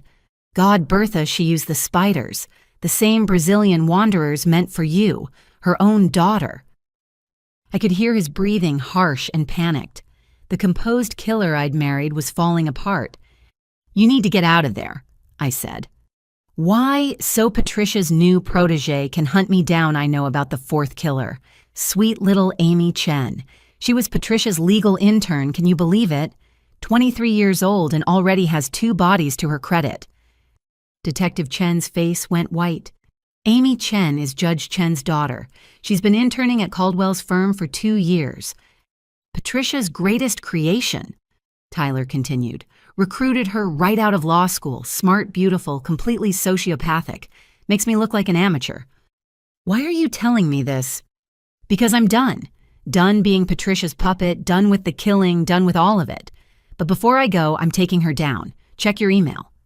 My phone pinged. Attachments started flooding in. Financial records, murder plans, correspondence going back decades. But one file made everyone in the room gasp. Is that, my mother started. Patricia's confession, Tyler confirmed.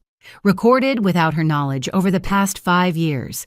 Every murder she ordered, every body she helped hide, every official she corrupted, including how she killed my real parents.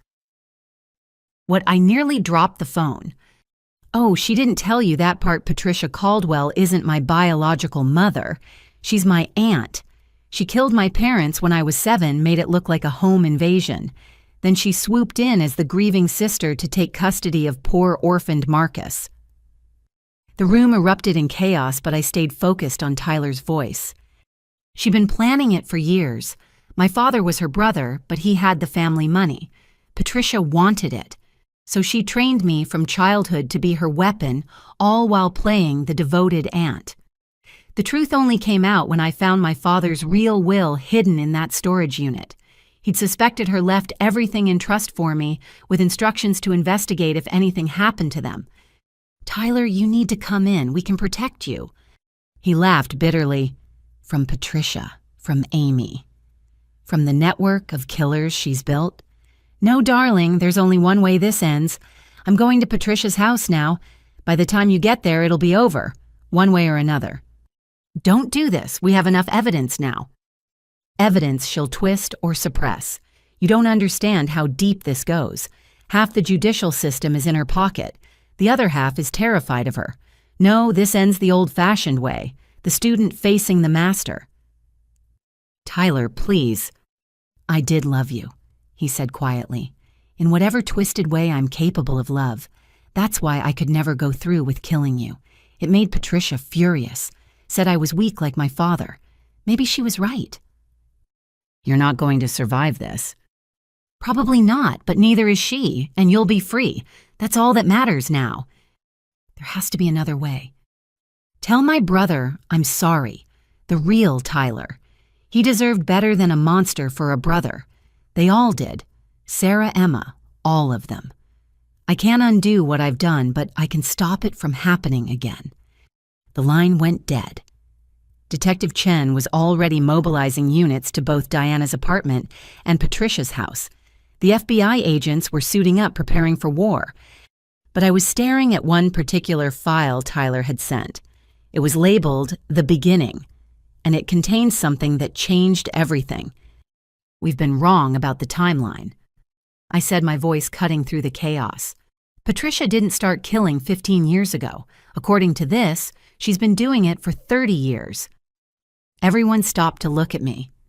Her first victim was her college roommate, who was going to expose Patricia for cheating on the bar exam, then a rival at her first law firm, then her brother and sister-in-law Tyler's parents. She's been building her murder network for 3 decades, recruiting killers like Diana and Amy, creating a legacy of death. Paul Santos pulled up the files on his laptop. My God, there are dozens of victims we didn't know about. She didn't just train her children to kill. She's been recruiting and training others, like a murder franchise. And now the franchise is collapsing, my father said. Tyler's rebellion triggered a civil war. My phone rang. Amy Chen's number appeared on the screen. The 4th killer was calling. Don't answer that, Detective Chen ordered. But I was already hitting accept. Hello, Amy. Hi, Bertha. Her voice was bright and bubbly, like we were sorority sisters planning brunch. So tiny change of plans. Tyler's gone rogue, which means you're my responsibility now. I'm really sorry about this. I actually liked you the few times we met at firm events. We've met. Oh, you wouldn't remember. I'm very forgettable when I want to be. It's a skill Patricia taught me. Blend in, be pleasant, never stand out until it's time to strike. like a brown recluse spider, she used to say. "Where are you, Amy?" "Closer than you think. Hey, did you know your childhood bedroom window has a broken lock? You should really get that fixed. Oh wait, you won't need to." Every agent in the room spun toward my window. A figure in black was perched on the tree outside, phone in one hand, something else in the other. Nighty-night, Bertha. The window exploded inward as Amy threw something into the room. Not a grenade as the agents expected, but a jar. It shattered on impact, releasing its contents. Spiders. Dozens of Brazilian wandering spiders scattered across the floor, aggressive and deadly just like the ones my parents had sent.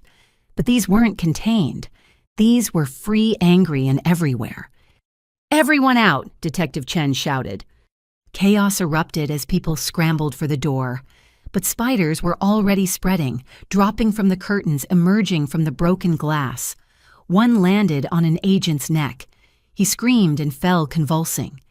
My parents grabbed me, pulling me toward the door, but more spiders blocked our path. We were trapped in a nightmare of eight-legged death.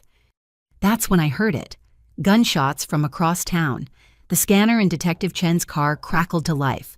Shots fired at Caldwell residence. Multiple casualties, requesting all units. Tyler had reached Patricia. The final confrontation between creator and creation was happening while we fought for our lives against Amy's pets. "The bathroom!" my mother shouted. "It has no windows." We barricaded ourselves inside while agents outside tried to contain the spider invasion. Through the door, we could hear Amy's cheerful voice. "Patricia always said you were special, Bertha. That's why she wanted the best for you. Quick death, no suffering. But Tyler complicated things, so now we're doing this the messy way." More gunshots from the scanner, reports of fire at the Caldwell residence. Whatever was happening between Tyler and Patricia, it was escalating. "You know what the funny thing is?" Amy continued. "Patricia's not even the original. There was someone before her, someone who taught her everything. The grandmother of our little murder family. She's 93 now, living in a nursing home in Florida. Still sharp as a tack, still giving Patricia advice. There's another one," I called out, trying to keep her talking while the agents worked to clear the spiders. "Oh, honey, you have no idea how deep this goes. It's not a family business. It's a dynasty. Generation after generation, all the way back to 1929. The Black Widow Society, they called themselves originally. Patricia modernized it, franchised it. And now it's all falling apart because Tyler fell in love. Isn't that romantic?" The scanner crackled again. Caldwell residence fully engulfed. Fire department en route. 2 bodies visible inside. Tyler and Patricia burning together in their final embrace of mutual destruction. "Oops, sounds like Mom's dead," Amy said cheerfully. "Guess that makes me the new CEO. Don't worry, I'll run things differently. Less family drama, more efficiency, starting with you." The bathroom door splintered as something heavy hit it. Amy had found a weapon. But before she could break through, gunshots erupted in the hallway. Not from our agents. Someone else was firing. Amy's scream cut through the chaos, followed by silence. "It's clear," a familiar voice called. Diana's voice. But Diana was supposed to be dead. We cautiously opened the door to find Diana Vance standing over Amy's body, blood seeping from her own spider bites, but very much alive. Tyler lied. She gasped, leaning against the wall. "Wanted everyone to think I was dead so I could get close to Amy. Family trait, I guess. We're all liars." She collapsed and the agents rushed to help her while avoiding the remaining spiders. In the distance, sirens wailed as every emergency vehicle in Denver responded to the war zone our neighborhood had become. "Is it over?" my mother asked, holding me tight. But I was staring at Amy's phone at the last message displayed on the screen. It wasn't from Patricia or Tyler or Diana. It was from a contact labeled Grandmother. The message read, "If you're reading this, the Denver operation has failed. Activate Protocol 7. The society survives." "No," I said quietly. "It's not over. It's just beginning." Somewhere in Florida, a 93-year-old woman was planning the next move in a game that had been playing for nearly a century. The Black Widow Society, Amy had called it? How many chapters were there? How many killers in how many cities? Tyler and Patricia were dead. Diana was dying. Amy was gone. But the spider's web stretched further than any of us had imagined. And I was still caught in it. The aftermath of the spider attack left my childhood home a crime scene. Yellow tape hazmat teams and the lingering terror of what had crawled through those walls. Diana survived, barely rushed to intensive care, with enough anti-venom to stock a small hospital. Amy Chen's body was removed while news vans gathered outside like vultures. But I couldn't stop thinking about that message. Grandmother, the Black Widow Society, Protocol 7. 3 days later, I sat in a safe house with what remained of our team. Detective Chen looked exhausted. Ada Wright had aged years in hours, and my parents hadn't let go of each other since the attack. The official story was that Tyler and Patricia had killed each other in a murder-suicide. Diana was a victim who'd tried to stop them, and Amy Chen was a disturbed intern who'd snapped. The truth was classified above even Detective Chen's pay grade. The FBI is taking over, she told us grimly. This is now a national security issue. The Black Widow Society apparently has chapters in 12 cities. They're estimating over 100 victims spanning 94 years. And they want me to disappear, I said flatly. Witness protection, new identity, hide forever. It's the safest option, my father urged. Safe like Sarah was safe like Emma, like all the women who ran and hid and died anyway. I stood up pacing the small room. No, I'm done running from these people. Bertha, be reasonable, my mother pleaded. I am being reasonable. They've taken 3 years of my life, poisoned me, tried to murder me with spiders, and turned my entire existence into a lie. And there's still a 93-year-old woman out there planning Protocol 7, whatever that is. The FBI will handle it, Detective Chen said. Well, they didn't know the society existed until 3 days ago. Patricia Caldwell operated for 30 years under their noses. How many other Patricias are out there? How many Amys? Paul Santos, who'd been quietly researching on his laptop, looked up. I found something. The nursing home in Florida, Sunset Gardens in Boca Raton. Their oldest resident is Evelyn Blackwood, 93, former federal judge. A judge, ADA Wright, looked sick. How many of these people are in positions of power? That's what I intend to find out, I said. I want to talk to her. Absolutely not, Detective Chen said. You're a civilian. You've done enough. I've done enough. I laughed bitterly. I've survived. That's all I've done. These women have been hunting and killing for generations, and their victims just disappear into statistics. Someone needs to fight back. Not you, my mother said firmly. But I was already pulling out my phone, the one the FBI didn't know about, the burner I'd bought yesterday. I dialed the number I'd memorized from Amy's phone. Bertha, no. Detective Chen lunged for the phone, but I stepped away. It rang twice before a cultured elderly voice answered. Well, well, the infamous Bertha Morrison. I've been expecting your call. Hello, Mrs. Blackwood. Judge Blackwood, dear. I worked hard for that title.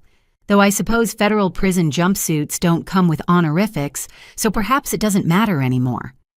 You know why I'm calling? Of course. You want answers. The young always do. Very well, I'll grant you an audience. Tomorrow, 2 p.m. Come alone or don't come at all. I'll be there. Oh, and Bertha, don't bother with wires or recording devices. At my age, I have nothing left to lose and everything to gain by telling the truth. The society's story deserves a proper historian. She hung up. Everyone in the room stared at me in horror. You just agreed to meet with the head of a murder syndicate, Detective Chen said. I agreed to get answers and bait. Bait. Protocol 7. Whatever it is, it needs me alive or it would have already been activated. Grandmother wants something from me. Your death, my father said. No, if she wanted me dead, she has the resources to make it happen. She wants something else, and I'm going to find out what. The next 24 hours were a battle.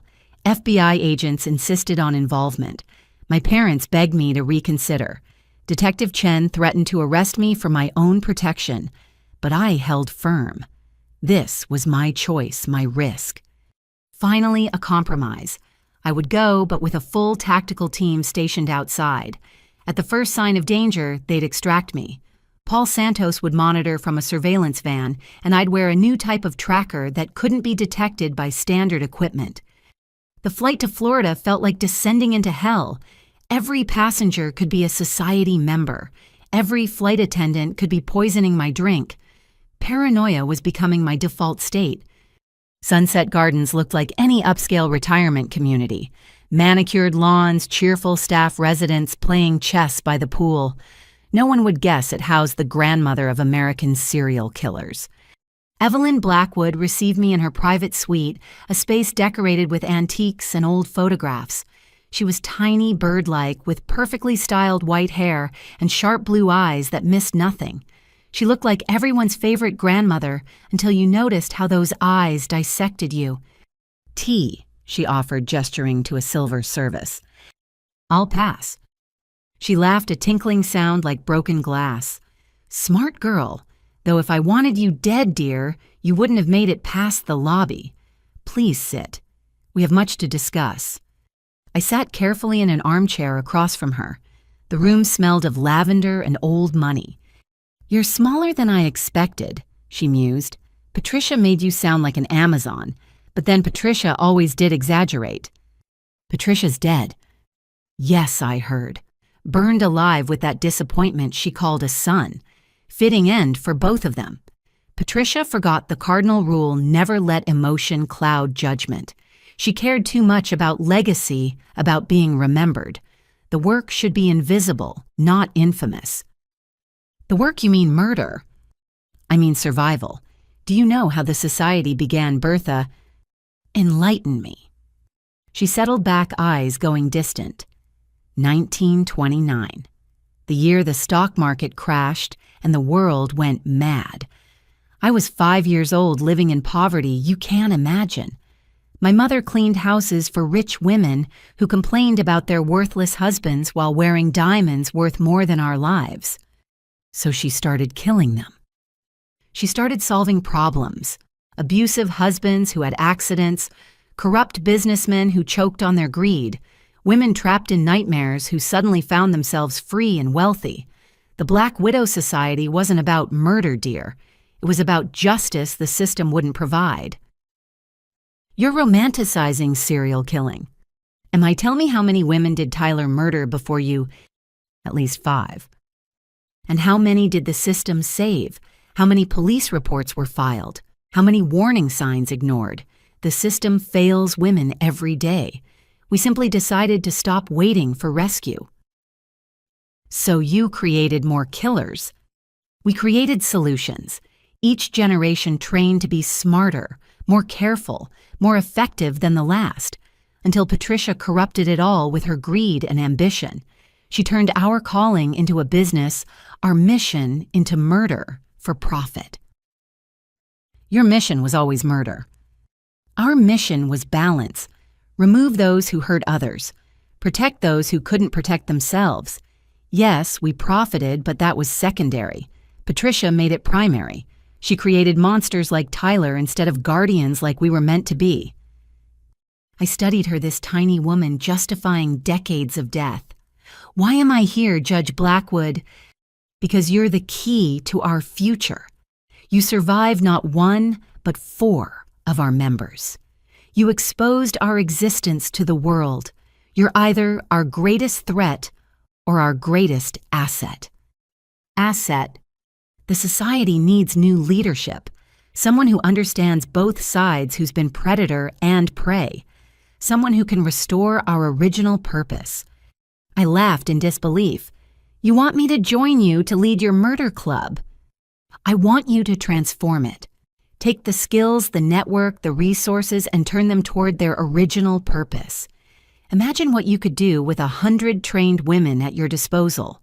How many Tylers you could stop before they claimed their first victim." By becoming a killer myself, By becoming a protector. The system failed you, Bertha. It fails women every day. We could change that. Protocol 7, I said suddenly. That's what this is, recruitment. She smiled.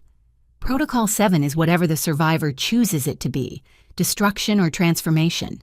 The society dies with me or it evolves with you. And if I refuse, then you leave here unharmed and we fade into history.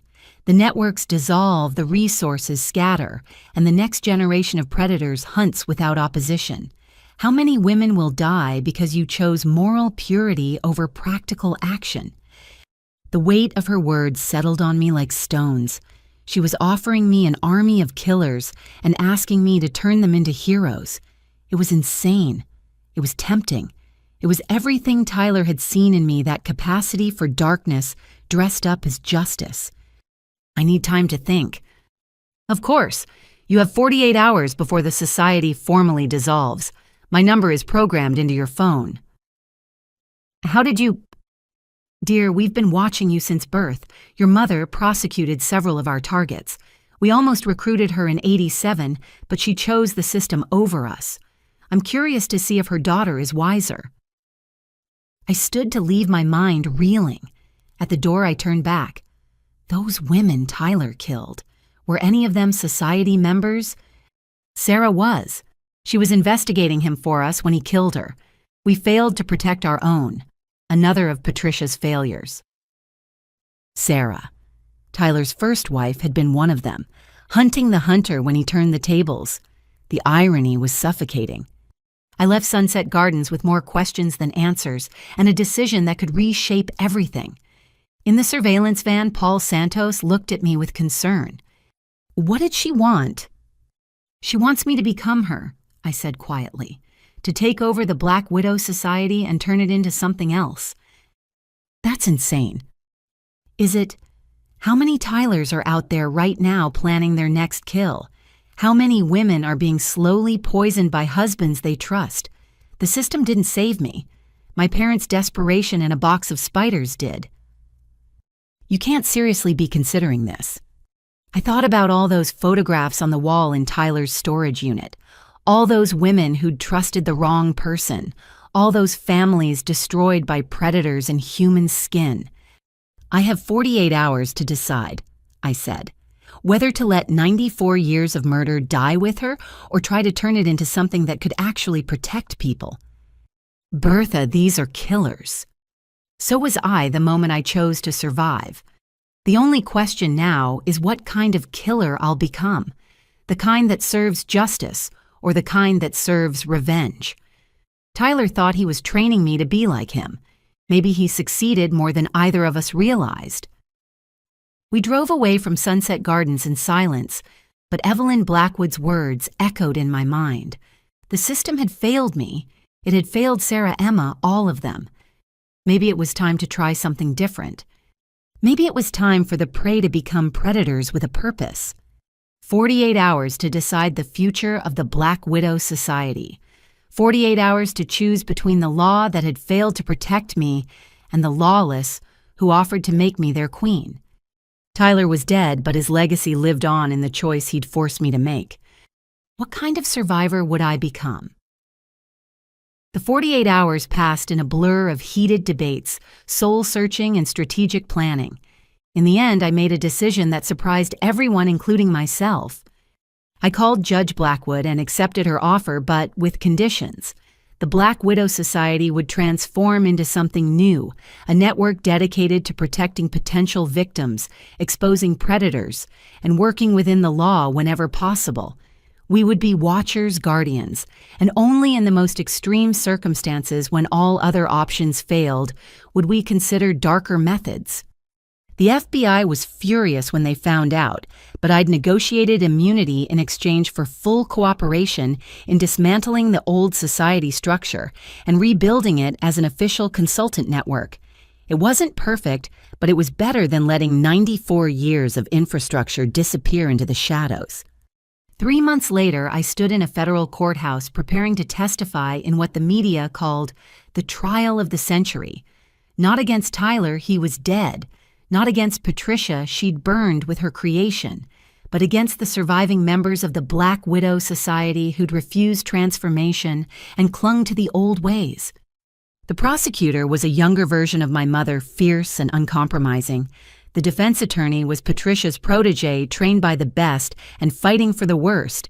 And in the defendant's chair sat Margaret Thornfield, 72, a respected psychiatrist who'd used her practice to identify vulnerable women for society recruitment or targeting. "Are you ready?" Detective Chen asked. She'd been promoted after the Denver incident, now heading a federal task force on predatory murders. "As ready as anyone can be to testify against a serial-killing grandmother," I replied, smoothing my blazer. The courtroom was packed. Media survivors' families, and in a special secured section, 12 elderly women in shackles, the remaining old guard of the Black Widow Society, who'd chosen prison over evolution.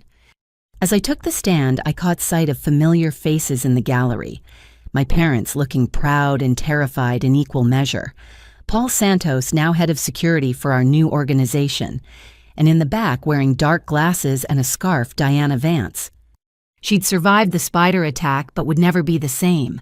The venom had damaged her nervous system, leaving her with tremors and partial paralysis. She'd traded her immunity for testimony and now worked with us to identify other society chapters. "State your name for the record," the prosecutor began. "Bertha Morrison." I kept the married name as a reminder, some scars we choose to carry. "Mrs. Morrison, can you tell the court how you first became aware of the Black Widow Society?" I took a breath, my mind flashing back to that birthday 3 months ago when a box of spiders arrived at my door. It started when my parents sent me a warning disguised as a murder attempt. They knew my husband was planning to kill me, and they chose an extreme method to save my life. For the next 4 hours, I laid out everything: Tyler's murders, Patricia's network, the generational pattern of killings. The courtroom sat in horrified silence as I described the spider collections, the poison schedules, the insurance schemes that had funded decades of death. "And you now lead what remains of this organization?" the defense attorney asked on cross-examination. "I lead its transformation," I corrected. "We've shifted from perpetrators to protectors. In 3 months, we've identified 47 potential victims and intervened before violence occurred. We've exposed 12 predators to law enforcement with evidence that led to arrests.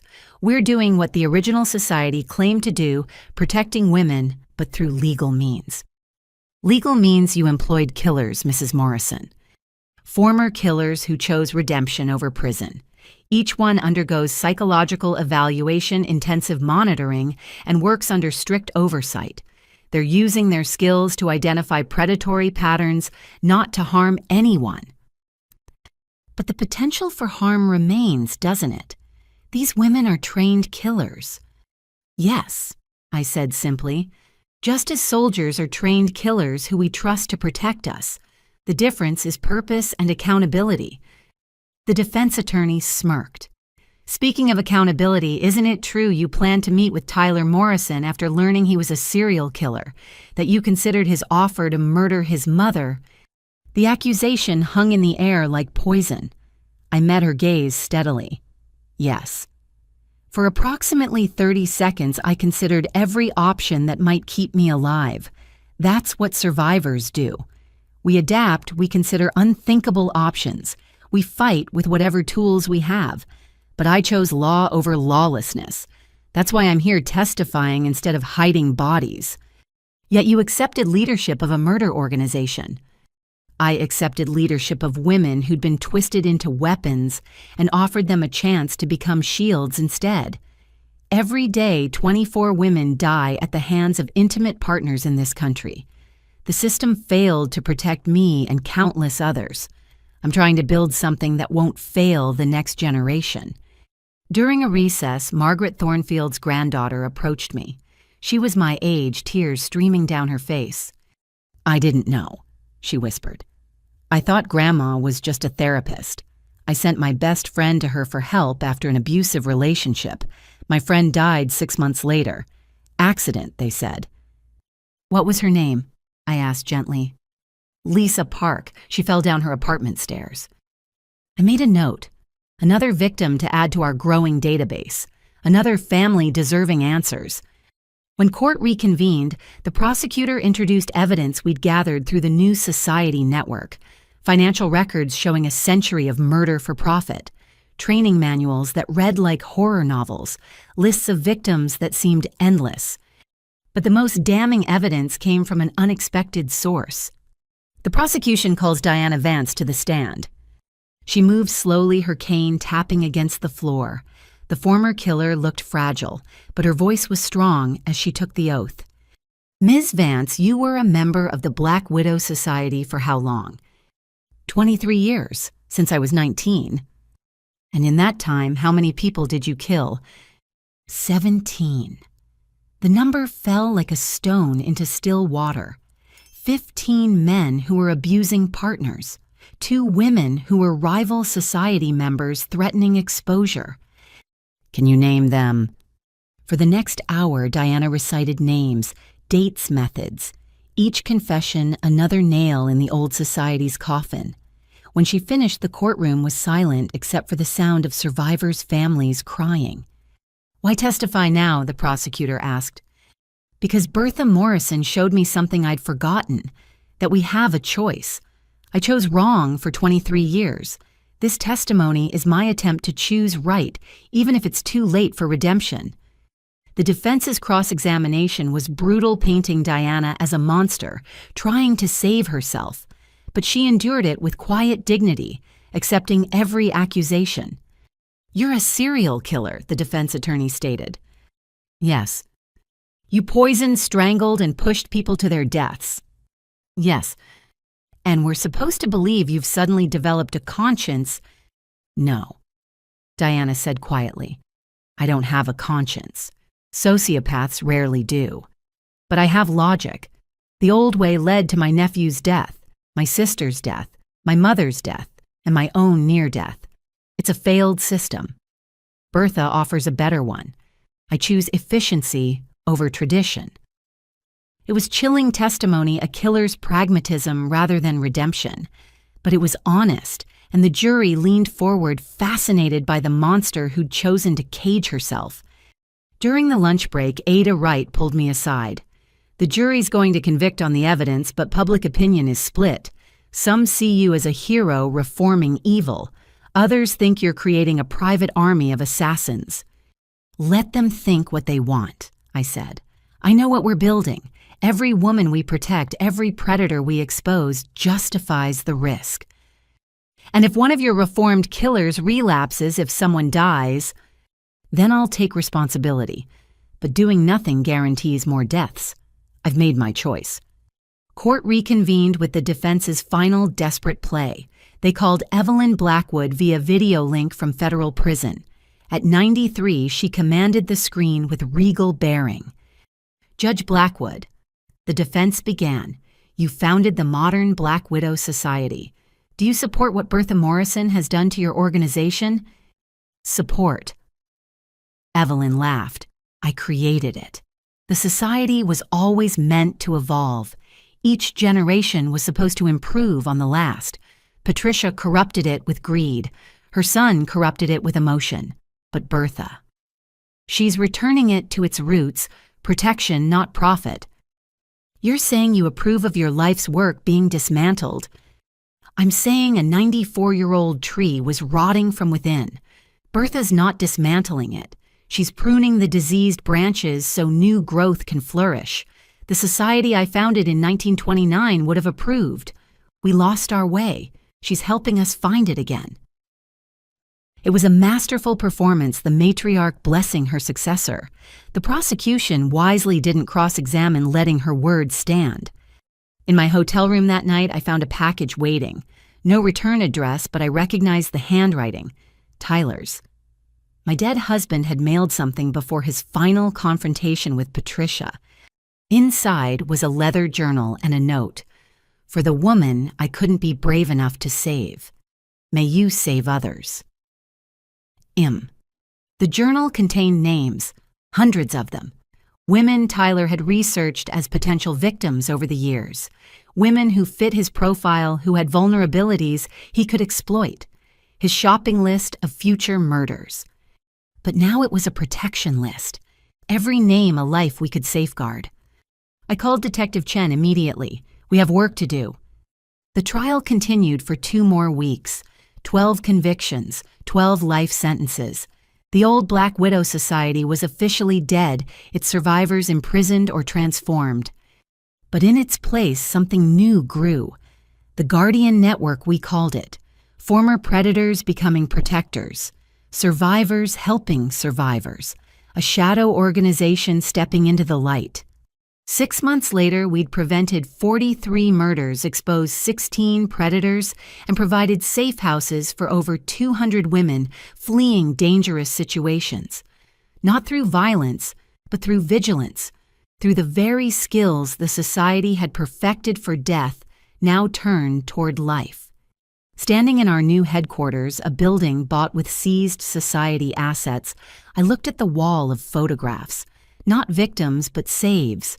Women who'd lived because we'd learned to spot the patterns, intercept the predators, provide the warnings. My phone buzzed with a new case. A woman in Portland whose husband's behavior matched Tyler's early patterns. Increased life insurance, mysterious illnesses, gaslighting about her concerns. Team 3, you're up, I announced. Portland, possible Tyler copycat, full surveillance and intervention protocols. As my team mobilized, I touched my wedding ring, still wore it as a reminder. Tyler had tried to make me a victim. Patricia had tried to make me a killer. Evelyn had tried to make me a queen. Instead, I'd become something none of them expected: a guardian. Not perfect, not pure, but effective. The Black Widow Society had spent 94 years perfecting the art of murder. Now we'd spend the next 94 perfecting the art of prevention. Tyler was dead. His legacy was not. But I'd transformed that legacy from poison into medicine, from predation into protection. And somewhere in Portland, a woman would live because we'd learned from the dead. The trial was over. The real work had just begun. 1 year after Tyler's death, I faced the biggest test of the Guardian Network's credibility. The Senate Judiciary Committee had called hearings on what they termed vigilante organizations operating outside law enforcement oversight. Translation, they wanted to shut us down. I sat in the preparation room with my legal team, including my mother, who'd come out of retirement specifically for this fight. The media painted us as everything from heroes to potential terrorists. Today would determine our future. They're going to come at you hard, my mother warned. Senator Walsh lost his nephew to a society member 20 years ago. He wants blood. Then he should appreciate what we're doing, I said, adjusting my microphone. We're preventing more nephews from dying. Logic doesn't apply here. This is politics. Through the window, I could see the hearing room filling up. Survivors we'd helped, families of society victims, FBI agents who'd worked our cases, and in the back, carefully separated former society members who'd joined our transformation. Diana wheeled herself in her testimony scheduled after mine.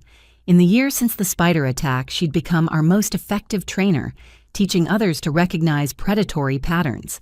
Redemption through education, she called it. Ready? Detective Chen asked. She'd been promoted again, now liaising between the network and federal authorities. No one's ever ready to defend employing serial killers, I said. But here we go. The hearing room fell silent as I entered. Cameras flashed. Protesters outside chanted both for and against us. I took my seat at the witness table, the weight of 94 years of history on my shoulders. Senator Walsh didn't waste time with pleasantries. Mrs. Morrison, you admit to leading an organization staffed by murderers. I lead an organization staffed by women who've committed murders, yes, but their past doesn't define their present or future. Doesn't it? Can leopards truly change their spots? Senators can. You yourself were arrested for drunk driving in college, were you not? Yet here you sit trusted with our nation's laws. People change, Senator. That's the foundation of our justice system. He flushed but pressed on. These women killed in cold blood. Yes, And now they use that same cold calculation to identify potential killers before they strike. Who better to catch a predator than someone who understands predatory thinking? So you fight fire with fire. We fight fire with firefighters who understand how fire thinks, how it moves, how to stop it before it spreads. Senator Chen from California, no relation to Detective Chen, leaned forward. Can you provide concrete examples of your organization's success? I opened my prepared folder. Certainly. Case 1, Jennifer Martinez Tucson. Her husband had increased her life insurance and begun researching untraceable poisons. Our surveillance team, led by a former society member, recognized the pattern and intervened. Mr. Martinez is now serving 25 years for attempted murder. Case 2. The Seattle nursing home murders. 8 elderly women died of natural causes over 6 months. Our analysis team noticed they all had the same financial advisor who inherited small amounts from each.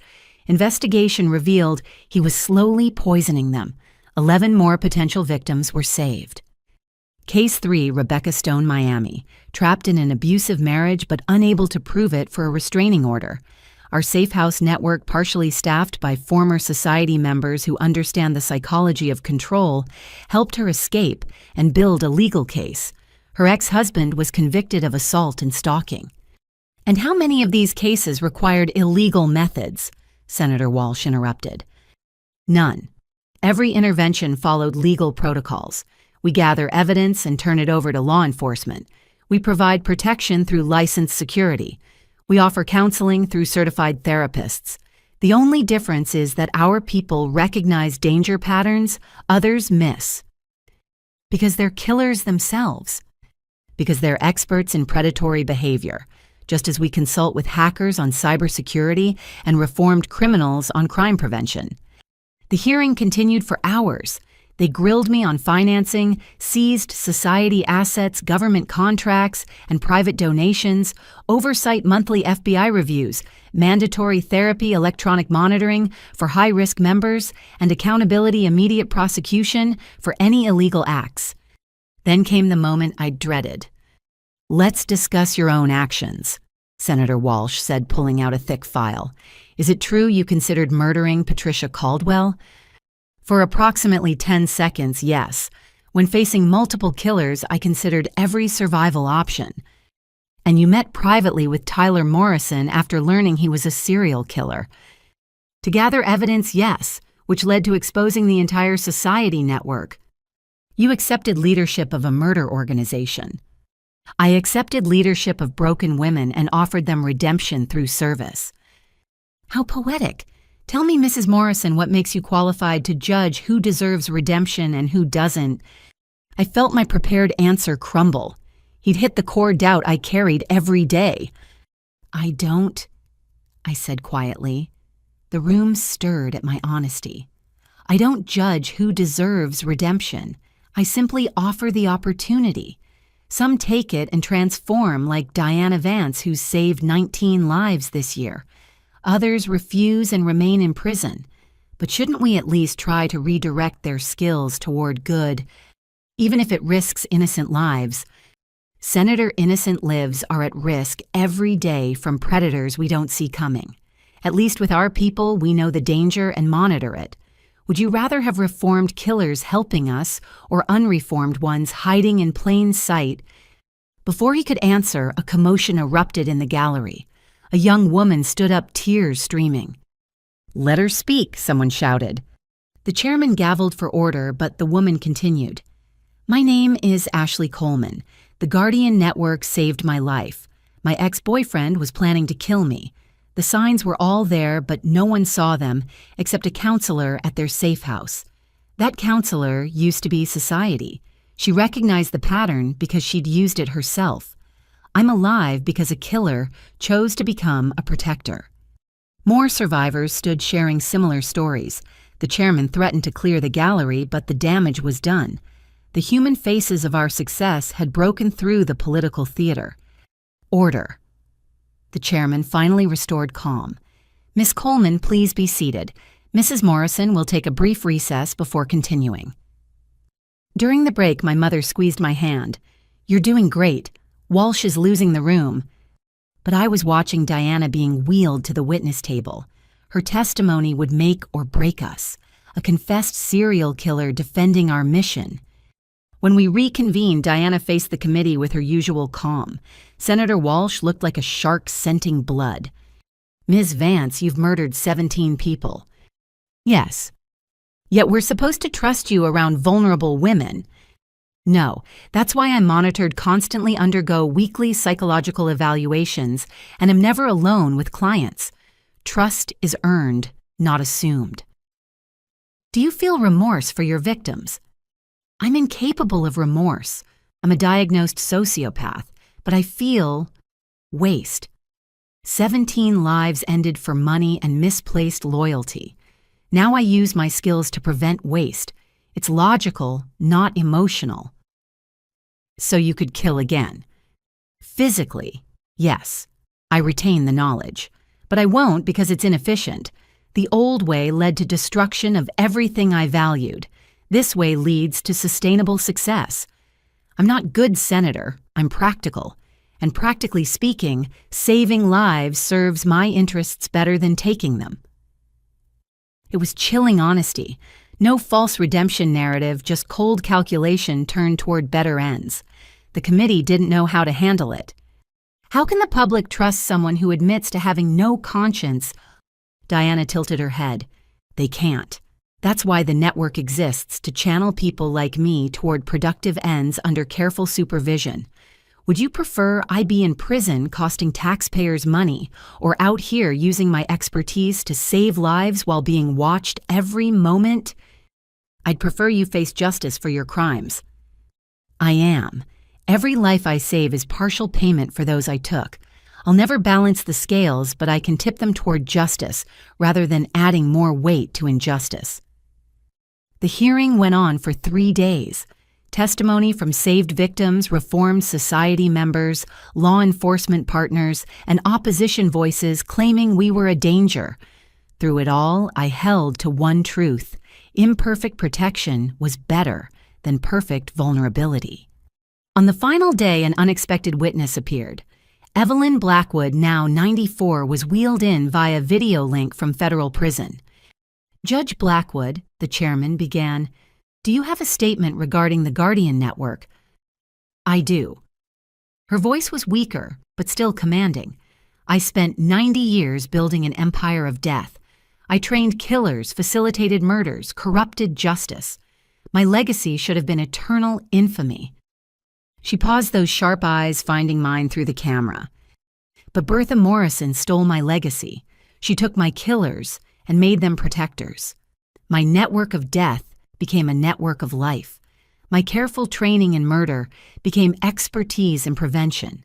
She robbed me of my dark immortality and replaced it with something I never expected: hope." "Are you saying you support the Guardian Network?"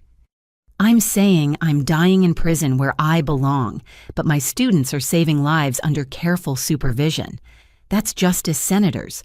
Ugly, complicated, imperfect justice. The kind that actually works in our ugly, complicated, imperfect world."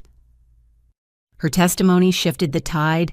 The committee voted 7-5 to allow the Guardian Network to continue operating under federal oversight.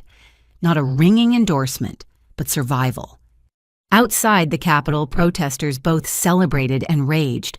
I stood on the steps, exhausted but victorious, as reporters shouted questions. "Mrs. Morrison, how do you respond to critics who say you're harboring murderers?" I respond with numbers. 437 women saved in 18 months. 63 predators exposed and prosecuted. 0 crimes committed by network members. We're not perfect, but we're effective. What about the families of society victims? Don't they deserve pure justice? Diana wheeled up beside me. They deserve to have future families spared their pain. That's what we provide. A woman pushed through the crowd, Lisa Park's mother, whose daughter had died after seeing Margaret Thornfield for therapy. "You saved others," she said, tears streaming. "My Lisa is still gone, but you saved others. Thank you." It wasn't forgiveness that wasn't hers to give, but it was acknowledgement that prevention mattered as much as punishment. That night, back at network headquarters, I stood before our full team.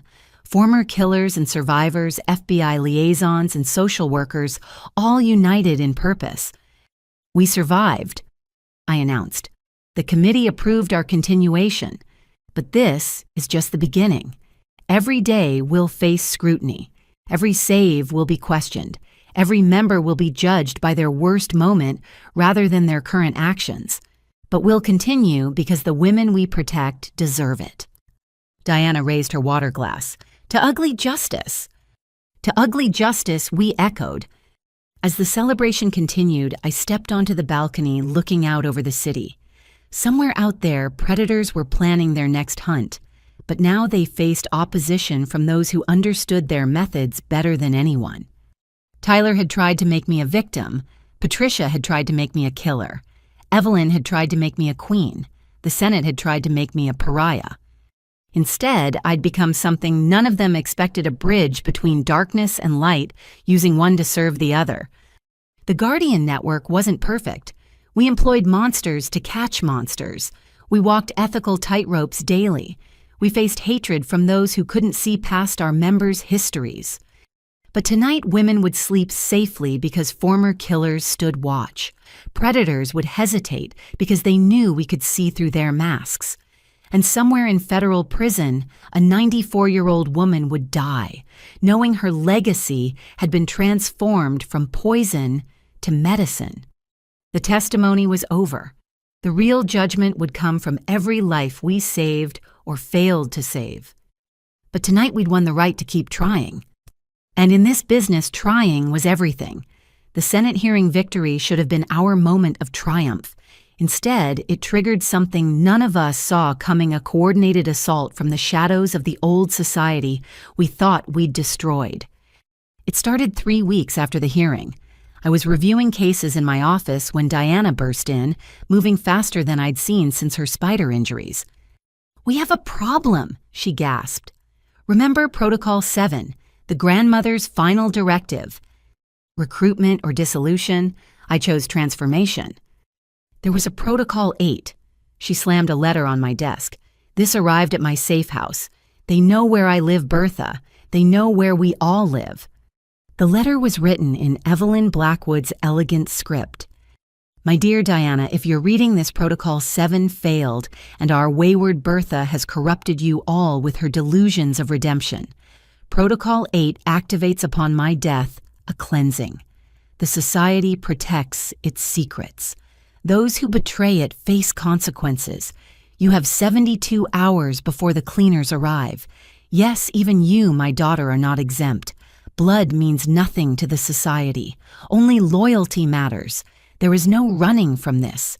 Accept your fate with dignity. Mother." My blood ran cold. "Your mother, Patricia, was your mother." "Adoptive mother," Diana corrected.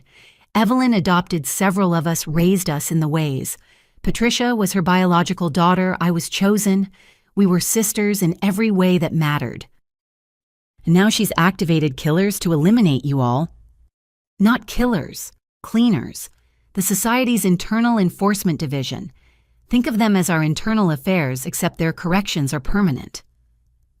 I hit the emergency alert, summoning our entire security team. "How many cleaners exist?" "When I was active 6, now unknown. They operate independently, answer only to the grandmother, and have one job: eliminate threats to the society." "But the society is dissolved. We transformed it." "We transformed one branch. Evelyn had contingencies. Hidden cells, sleeper agents, resources we never found." Diana's hands shook as she reread the letter. 72 hours. She always did like her countdowns. Within an hour, similar letters had been reported from network members across the country. Every former society member who'd joined us had received the same warning. The cleaners were coming. "We need to consolidate," Detective Chen commanded, taking charge of security. "Bring everyone to secure locations." 43 former society members spread across 12 states. I said, scanning our roster, "We can't protect them all." "Then we go on offense," Diana suggested. "Hunt the hunters." With what information we don't know who they are, where they are, or how many exist. A knock at my door interrupted us. My assistant entered pale-faced. "Ma'am, there's a woman here. Says she's a cleaner and wants to negotiate." We exchanged shocked looks. Cleaners didn't negotiate. They cleaned. "Send her in," I decided. Full security protocols. The woman who entered looked like a kindergarten teacher. Mid-50s cardigan sweater, gentle smile. She sat down like she was attending a PTA meeting not representing a death squad. "Mrs. Morrison, I'm Martha. I've been a cleaner for 22 years. "And you're here to kill our members?" "Oh, heavens no. I'm here to prevent a massacre." She pulled out her own letter. "You see, Protocol 8 has a flaw. It activates on Evelyn's death, but it doesn't specify natural death. Someone murdered her." The room went silent. Evelyn Blackwood, the grandmother of American serial killers, murdered in federal prison. "That's impossible," Detective Chen said. "She's in solitary monitored constantly." Yet she died of anaphylactic shock yesterday. Somehow someone introduced shellfish into her food despite her documented allergy. Someone who knew that would trigger Protocol 8. "Who would benefit from that?" I asked. Martha smiled sadly. "Someone who wants the old society to devour itself while they build something new. You're not the only one who had transformation ideas, Mrs. Morrison, but others preferred more aggressive approaches." She produced a tablet showing surveillance footage from various cities. In each, former society members were being stalked by unknown figures. 6 cleaners received activation orders, Martha explained. "I'm one. 2 others share my concerns about this suspicious timing. 3 are proceeding with termination protocols. If we don't stop them, you'll lose half your network by week's end." "Why help us?" Diana asked suspiciously. "Because I've spent 22 years cleaning up society messes, and I'm tired. Your transformation offers retirement with purpose instead of a shallow grave. Plus," she looked directly at me, "I was Sarah Morrison's aunt. Tyler murdered my niece. I'd rather work with her successor than the old guard who protected him." Another revelation in a year full of them. Sarah's aunt had been a society cleaner, probably investigating her own niece's death when Protocol 8 activated. "What do you need?" I asked. 3 cleaners are hunting. 2 will go after high-value targets, first former society leadership who joined you. 1 is special. She likes to play with her food.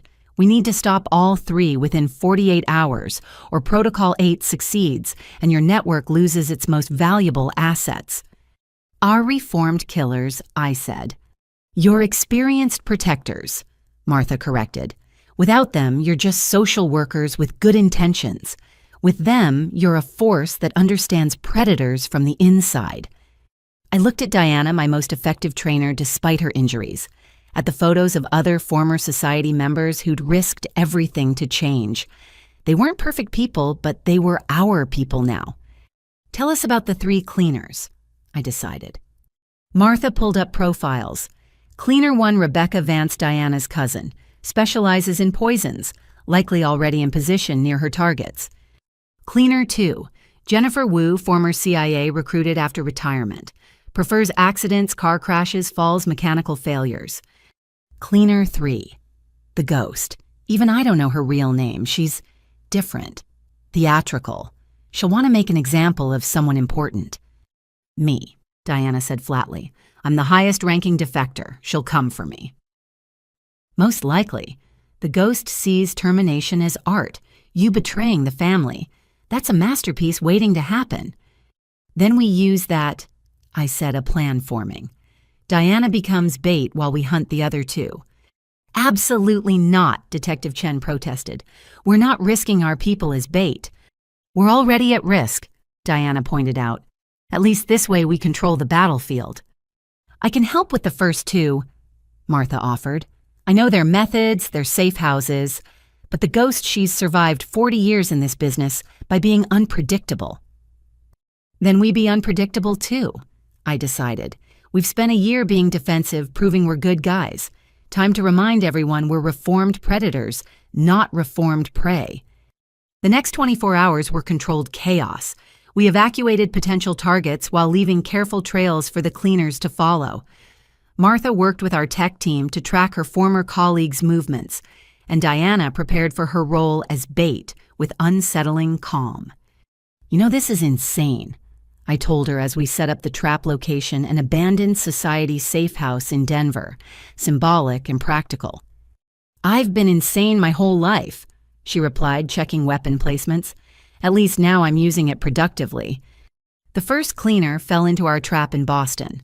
Rebecca Vance had infiltrated a hospital where one of our members worked, planning to poison her through tampered medical supplies.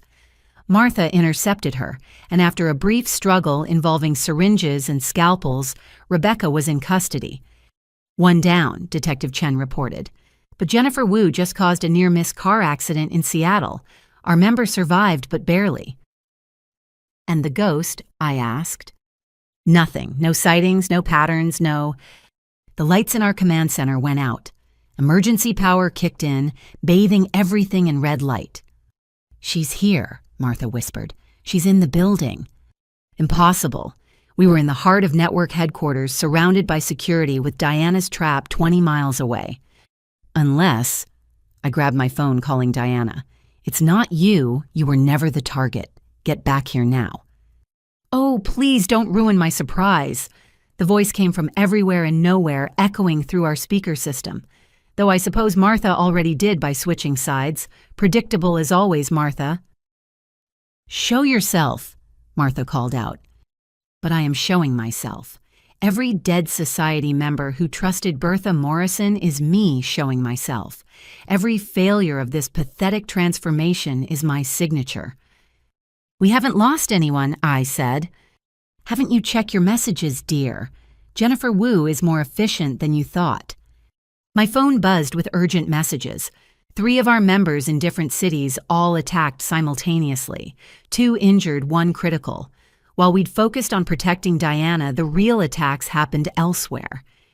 "Misdirection," Diana said, bursting into the room. "Classic ghost technique." "Oh, good, the gang's all here." The ghost's voice turned pleased. "Now for the finale. You see, Protocol 8 wasn't just about cleaning house. It was about sending a message. The society doesn't transform. It endures or it dies. Guess which you've chosen?" Gas began seeping through the ventilation system. Not lethal, that wasn't the ghost's style. This was paralytic, designed to leave us conscious but helpless while she worked. "Masks," Martha shouted, but it was too late. The gas was too fast, too effective. As my muscles locked and vision blurred, a figure materialized from the shadows. Not the dangerous woman I'd expected, but a teenager. 17, maybe 18, with dead eyes and a pleasant smile. "Surprise," she said cheerfully. "Everyone expects the ghost to be some old master, but Evelyn recruited young. I've been doing this since I was 12. You're not the only one she groomed for leadership, Bertha." She moved through our paralyzed forms like a dancer, checking pulses, adjusting positions.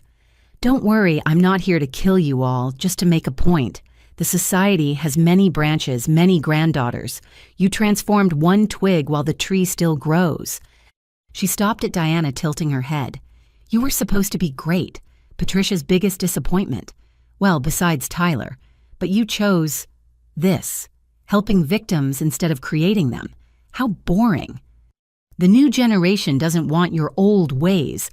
I managed to gasp out, fighting the paralysis.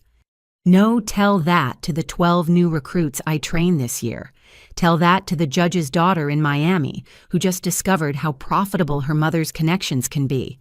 Tell that to the senator's wife in D.C. who's tired of being ignored. The society doesn't recruit Bertha. It attracts those who already have the hunger. We just teach them to feed properly." She pulled out a syringe, approaching me. "This won't kill you, but it will mark you.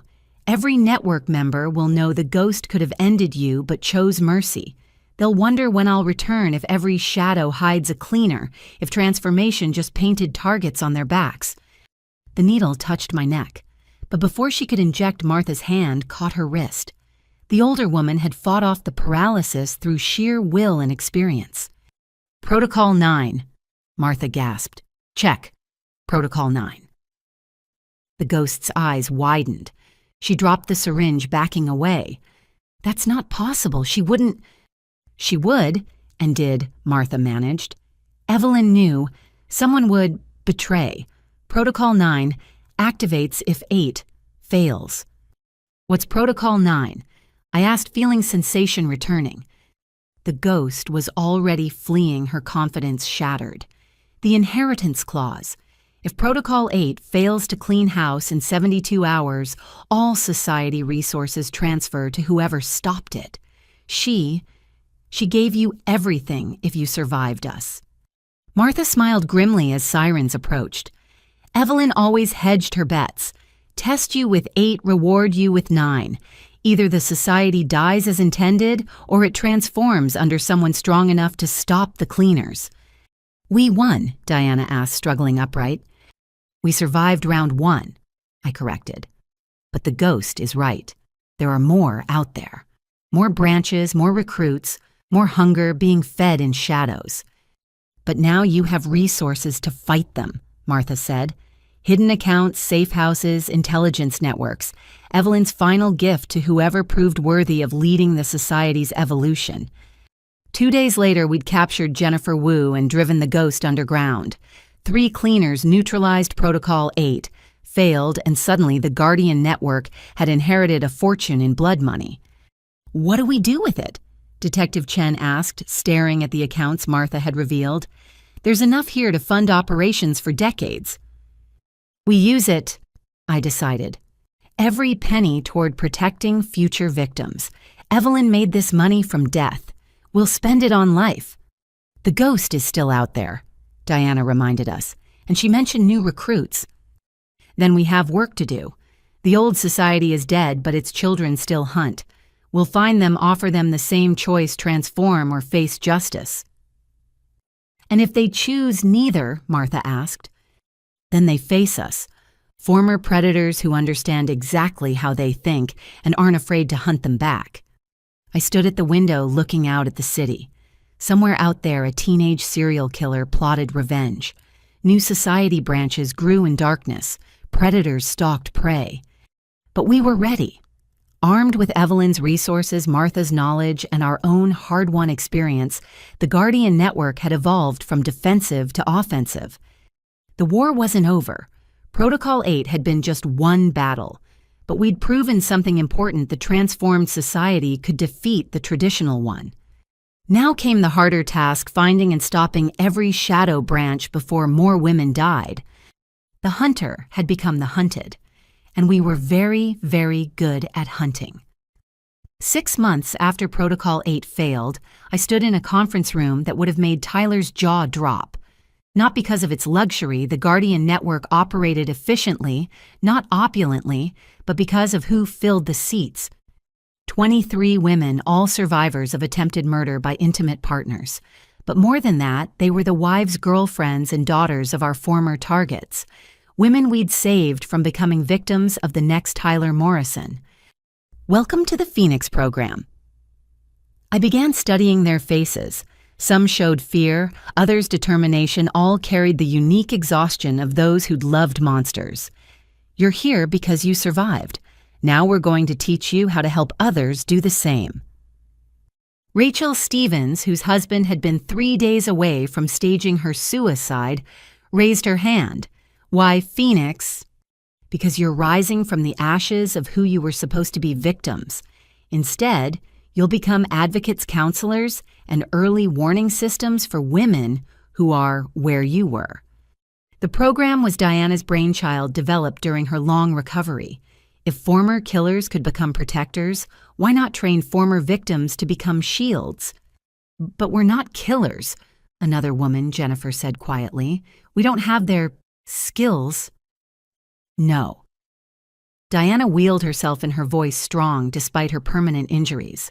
You have something more valuable. You know what it feels like to love someone who's planning your death. You recognize the signs others miss because you lived them. Over the following weeks, the Phoenix program evolved into something beautiful and terrible. We taught them to recognize poisoning symptoms, staging patterns, isolation techniques. Not to become killers, but to become witnesses who could articulate what they'd survived in ways that would save others. Rachel Stevens became our star pupil. The marketing executive channeled her near-death experience into creating public awareness campaigns that were subtle enough to reach victims without alerting their abusers. Her tagline, "Love shouldn't leave bruises inside or out," went viral after a senator's daughter shared it, not knowing it would save her own life 3 months later. The real test came when Evelyn's Protocol 9 inheritance revealed more than just money. Hidden in Swiss safety deposit boxes were detailed files on potential society recruits going back decades. Women who'd been approached but declined men who'd shown promise but lacked the stomach for killing teenagers, marked for grooming but never contacted. It's a predator prevention goldmine Paul Santos breathed, scrolling through thousands of names. We know who they considered dangerous before they became dangerous. Or we know who might be susceptible to recruitment by the ghost and her new network. Detective Chen countered. This could be a hit list or a hiring pool. I made the call to treat it as both. Each name would be investigated, evaluated, and if necessary, intercepted. But something unexpected happened when we started reaching out. "You're Bertha Morrison." The young woman across from me couldn't have been more than 19. Aisha Williams flagged by the society at age 12 for showing promising detachment after finding her mother's body. The woman who transformed the Black Widows. "That's one way to put it," I said carefully. My grandmother told me stories, said the society tried to recruit her in the 60s, but she chose nursing instead. Spent her life saving people they would have killed. She always wondered what would have happened if she'd said yes. "And you?" "I've been approached 3 times. Once at 14 after my mom died. Again at 16 after I put my stepfather in the hospital for hitting my sister. Last month, someone calling herself the Ghost offered me a full scholarship if I'd attend her special program." My blood chilled. The Ghost is recruiting openly. Not openly, carefully. She finds girls like me angry, smart damaged, offers us power and purpose. Half my group home got invitations. This led to our next evolution. The Guardian Network couldn't just protect potential victims, we had to prevent potential killers. The Phoenix program expanded to include at-risk youth, offering them the same power and purpose, but channeled toward protection, not predation. "You're building an army," my mother observed during one of her visits. She'd officially retired, now spending her time documenting our legal frameworks for future prosecutors. "I'm building a network that makes armies unnecessary," I corrected. "Every potential killer we redirect, every victim we train to recognize danger, every predator we expose, it's all prevention." But not everyone appreciated our efforts. The first attack came on a Tuesday morning. Not from the Ghost or surviving society members, but from Marcus Hoffman, a tech billionaire whose wife had escaped thanks to our intervention. "You poisoned her against me," he screamed during the confrontation, waving a gun in our lobby. "We were happy until you filled her head with lies. Your search history included how to make death look accidental and untraceable poisons," I replied calmly while security moved into position. "That's not love, Mr. Hoffman. That's premeditation." I was writing a novel about a man who kills his wife for insurance money using methods identical to known society murders. What a coincidence. He was arrested, but the damage was done. The media painted us as homewreckers, relationship saboteurs who saw murder plots in every marital dispute. We lost funding, faced lawsuits, and watched public opinion split. That's when Sarah Morrison's family stepped forward. The Guardian Network saved my daughter-in-law, Sarah's mother announced at a press conference. They couldn't save Sarah, she died before they existed, but they've saved hundreds of Sarahs since. If preventing murders makes them controversial, what does that say about us as a society? The tide turned when more families came forward. Parents of women Tyler had killed, children orphaned by society murders, survivors who'd rebuilt their lives with our help. Their testimonies drowned out the critics who preferred silent victims to vocal prevention. But our greatest validation came from an unexpected source. Lisa Park's family, the young woman who died after seeing Margaret Thornfield for therapy, established a foundation in her memory. Their first grant, $5 million to expand the Phoenix program nationwide. Lisa would have wanted others protected, her mother said simply. If former killers are willing to prevent deaths, we're willing to support them. The year progressed with victories and setbacks. We prevented 43 murders, exposed 16 predatory plots, and redirected 22 potential society recruits toward legitimate paths. But we also lost 2 protected witnesses to sophisticated hits, suggesting the Ghosts Network was more established than we'd thought. She's building the Society 2.0, Diana concluded after analyzing the patterns. Younger, tech-savvier, less bound by tradition. Everything Evelyn claimed to want but couldn't abandon old methods to achieve. Then we need to be 3.0, I decided. More innovative, more connected, more embedded in communities where predation happens. This led to our boldest move yet, going public with our methods. We published The Predator's Handbook, Recognition and Prevention, detailing every technique Tyler and others had used. Critics called it a murder manual. We called it vaccination through education. If everyone knows the patterns, predators can't hide behind them, Rachel Stevens explained during a morning show appearance. My husband's behavior wasn't unique. Tyler Morrison wasn't special. They all follow patterns, and now everyone can recognize them. The book became required reading in police academies, women's shelters, and surprisingly medical schools after several doctors reported recognizing poisoning symptoms they'd previously missed. But success brought new challenges. Protocol 9's resources had made us financially secure, but also made us targets. Not just from the Ghosts Network, but from government officials who questioned a private organization having such power. "You're vigilantes with a budget," Senator Walsh accused during a follow-up hearing. "We're teachers with experience," I countered.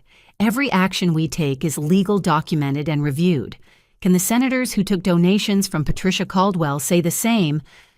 The accusation landed like a bomb.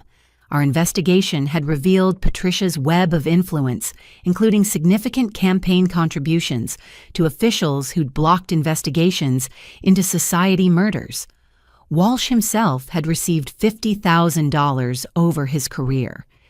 "That's irrelevant to these proceedings," he stammered. "Is it? How many women died while you cashed checks from their killer's protector? How many investigations stalled because Patricia Caldwell owned judges and politicians? We're not the vigilantes, Senator. We're the cleanup crew for your failures." The hearing ended with no restrictions on our operations, but we'd made enemies in high places. The war between old power structures and new prevention methods had truly begun. That night, I found myself in Tyler's old storage unit, now converted to a memorial for society victims. Their photos covered every wall, hundreds of women whose deaths had funded an empire of murder. But interspersed were new photos, women saved, families, intact predators in prison where they belonged. Diana found me there, her wheelchair silent on the concrete floor. Regrets. Every day, but not about our work, about how long it took to start. Evelyn was right about one thing. The system failed these women. It failed us. But instead of becoming killers for profit, we became shields for free. Well, technically for Evelyn's money, but you get the point. I laughed, something I did more often now. Think we're making a difference. I know we are. The Ghost has to recruit in shadows while we operate in daylight. New society chapters hide while guardian chapters open publicly. We're winning the culture war, even if the death war continues. My phone buzzed with a new alert.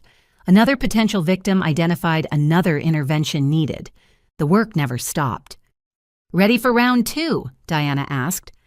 "Always. Someone has to be." As we left the memorial, I touched Sarah Morrison's photo, the first Mrs. Morrison who died hunting the man who became my husband.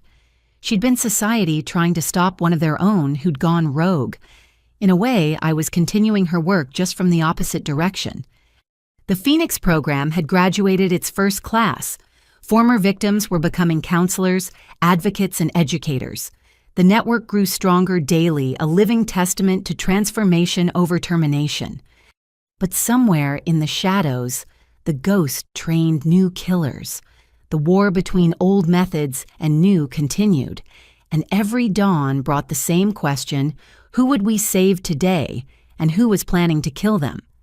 At least now we had an army of our own, not of killers, but of survivors. And survivors, I'd learned, were the most dangerous opponents of all. They'd already faced death and won. Now they were teaching others to do the same. 1 year later, I stood before Congress for the most important testimony of my life, not defending the Guardian Network this time, but proposing legislation that would change everything. The room was packed with survivors, advocates, and yes, former society members who'd earned their second chances through years of documented saves. Distinguished members of Congress, I began my voice steady despite the magnitude of the moment. I'm here to propose Tyler's Law comprehensive legislation requiring disclosure of name changes, criminal histories, and financial entanglements to intimate partners, because love should be informed consent, not a deadly gamble. The journey to this moment had been brutal. After our explosive hearing with Senator Walsh, political machinery had ground slowly but inevitably toward change. The Phoenix program graduates had become an unstoppable force, sharing their stories in every state, every community, every platform that would listen. Rachel Stevens sat in the front row now, our national spokesperson. Beside her, Diana maintained security, her wheelchair armed with more defensive measures than most patrol cars. Behind them, hundreds of supporters wearing pins with photos of society victims. Tyler's Law contains 5 key provisions. I continued. First, mandatory disclosure of legal name changes to marriage license applicants. Second, criminal background accessibility for intimate partners. Third, financial transparency requirements for shared assets. Fourth, national database integration to prevent jurisdiction shopping. And fifth, severe penalties for identity fraud in romantic contexts. Mrs. Morrison, Congressman Bradley interrupted, aren't you essentially criminalizing privacy? No, Congressman. I'm criminalizing deception that kills. Privacy ends where public safety begins. And when someone can marry you under a false name while planning your murder, we've prioritized the wrong privacies. Senator Walsh, my old adversary, had become an unlikely ally after we exposed just how deeply Patricia Caldwell had corrupted his state's judicial system. He leaned forward. Tell us about the implementation successes from the pilot programs. This was our strongest argument.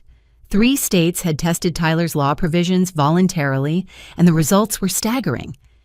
In Colorado, mandatory disclosure revealed 17 individuals using false identities in marriage applications. 5 had previous domestic violence convictions. 3 had suspicious deaths of former partners in their histories.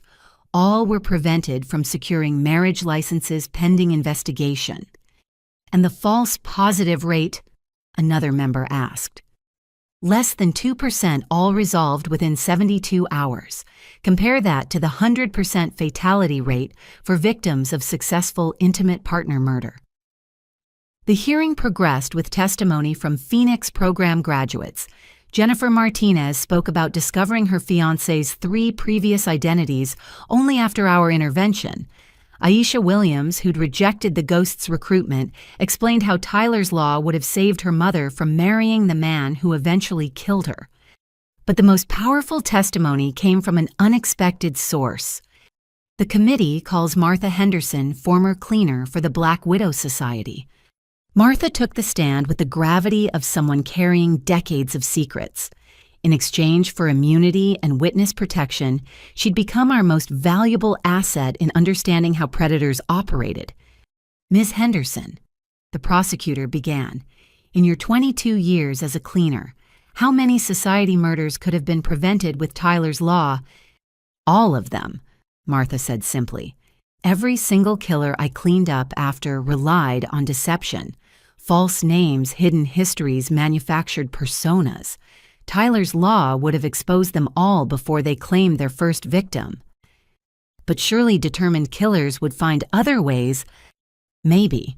But we're not trying to stop all murder, just the preventable ones. The ones that happen because someone trusted a lie. That's most of them in my experience. The opposition fought hard. Privacy advocates, men's rights groups, and libertarians united against what they called government overreach into personal relationships. But for every opponent, we had 10 survivors whose stories cut through theoretical objections with lived reality. The vote was scheduled for the following month. During that time, the Guardian Network didn't rest. We expanded internationally, sharing our methods with organizations worldwide. The Ghost Network responded by going global too, but they were always one step behind, reacting to our initiatives rather than setting the agenda. "We're winning," Diana announced during a strategy meeting. "Their recruitment is down 70%. Our prevention rate is up to 92% for identified threats. Even the Ghost has gone quiet." "Quiet isn't defeated," I reminded everyone. "She's planning something." I was right. 3 days before the congressional vote, my phone rang at 3 a.m. Unknown number, but I recognized the voice immediately. "Hello, Bertha. It's time we talked face to face." The Ghost, after 18 months of silence. "I'm listening." "Not over the phone. Tomorrow noon, the place where it all began for you. Come alone or don't come at all. This is my last offer." The place where it all began, my old house where Tyler had slowly poisoned me while professing love. We'd sold it after his death, but it remained vacant, too notorious for normal buyers. "You want me to walk into a trap?"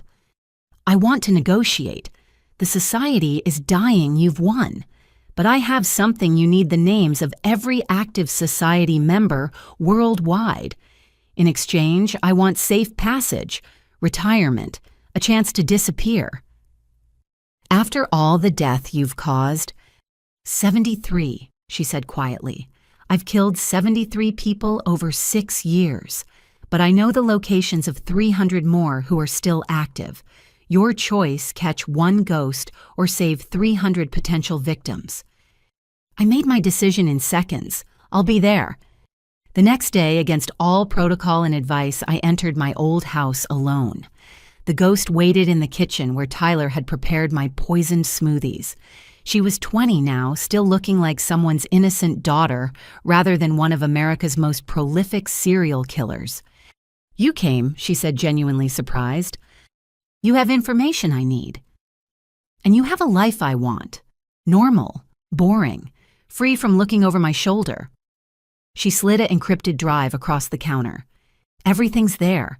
Names, locations, methods, targets, the complete society roster that even Evelyn didn't know about. We young ones had our own networks." "Why betray them now?" "Because you were right. The old ways are dying. I'm 20 years old and I've been killing since I was 12. Do you know what that does to a person? I don't even remember who I was before the blood." "So you want redemption?" "I want to stop. But I can't while they're still out there expecting me to lead them. Take them down and I can disappear." I studied her, this child shaped into a weapon by the society's twisted ideology. "There's another option. Work with us. Use your knowledge to prevent deaths instead of causing them." She laughed bitterly. "The Guardian Network would never accept me. I'm not like Diana or Martha killing for the family business. I enjoyed it. Every death was a high better than any drug. You can't reform that." "But you're asking to stop. That's the first step." "The first step is admitting you're a monster. I did that years ago. The second step is choosing not to be one anymore. That's why I'm here." I picked up the drive.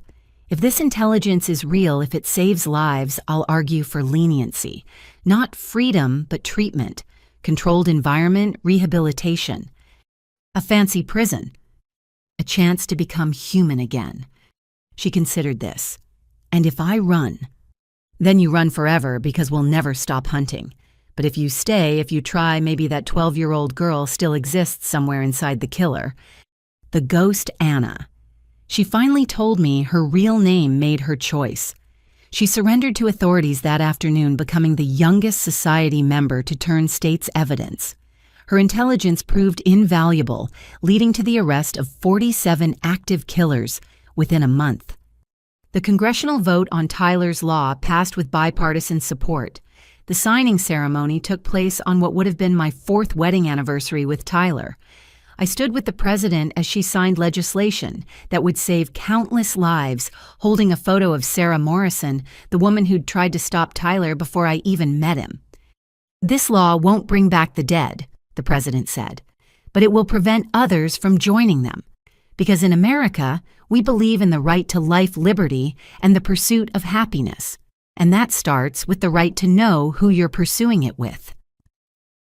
The Guardian Network received official federal recognition as a consulting organization. Our methods became part of FBI training. The Phoenix program expanded to 50 cities, and former killers continued their transformation into protectors, closely monitored but genuinely committed to their new path. "We did it," Diana said that night as we celebrated in what used to be a society safe house, now converted to a shelter for women escaping dangerous relationships. "We actually changed things." "We started changing things," I corrected. "The work never ends. For every society we expose, new predators evolve. For every life we save, someone else targets another victim. But at least now we have tools, laws, and networks to fight back." My phone buzzed with an alert. A woman in Portland reporting suspicious behavior from her boyfriend. Classic early warning signs. Our team was already mobilizing, ready to investigate and intervene if necessary. "Another one?" Diana asked. "Always another one, but that's okay. We'll be there." As I looked around the room at former killers training former victims to become advocates, at FBI agents learning from people they once hunted, at survivors building new lives from the ashes of their trauma, I realized Tyler had succeeded in ways he never intended. He'd tried to make me a victim. Instead, he'd created a warrior. He'd tried to profit from death. Instead, he'd funded life-saving programs with his seized assets. He'd tried to continue a legacy of murder. Instead, he'd sparked a revolution of prevention. The Guardian Network had over 10,000 members now. Former society killers, survivors, law enforcement, social workers, and ordinary citizens united in a simple belief: no one should die because they love the wrong person. Tyler's law was just the beginning. Sarah's law, requiring regular welfare checks for isolated partners, was working through state legislatures. Emma's law, mandating poison recognition training for medical professionals, had already saved dozens of lives. Each dead woman got her name on legislation that would prevent others from sharing her fate. "You know what the best part is?" I said to Diana as we prepared to leave. "We're making murder inconvenient. Every law, every program, every saved life makes it harder for the next predator to succeed. We're not eliminating evil, but we're sure making it work harder." To inconvenient murder, Diana toasted with her water glass. To inconvenient murder, I agreed. My phone rang. Another potential victim. Another intervention needed. Another life to save. I answered it with the words that had become my mission, my purpose, my promise to every woman Tyler and others had killed. "Guardian Network, you're not alone anymore." Because that was the ultimate transformation. From a world where women died in isolation to one where thousands stood ready to protect them. From a society that enabled predators to one that exposed them. From accepting death as inevitable to making survival possible. Tyler Morrison had been wrong about one thing. Love wasn't weakness. Love was the force that made strangers risk everything to protect each other. Love was what transformed killers into guardians. Love was what built networks stronger than any web of death. And love, armed with law and backed by determination, was unstoppable. The Black Widow Society had ruled from shadows for 94 years. The Guardian Network would protect from daylight for the next 94 and beyond. Because we were no longer prey, we were no longer predators. We were protectors, and we were everywhere. Thank you for joining Bertha's journey from victim to victor. If you or someone you know recognizes warning signs of intimate partner violence, please reach out for help. Real organizations exist to protect and support you. You're not alone. Did this story resonate with you? Comment below with your thoughts on Tyler's Law and whether similar legislation could save lives in your community. If you found value in Bertha's transformation, please like and subscribe to hear more stories of survival and triumph. Share this with someone who needs to know they're not alone in their fight. Remember, love should make you feel safe, not scared. Thank you for listening, and may you always have the strength to transform poison into medicine.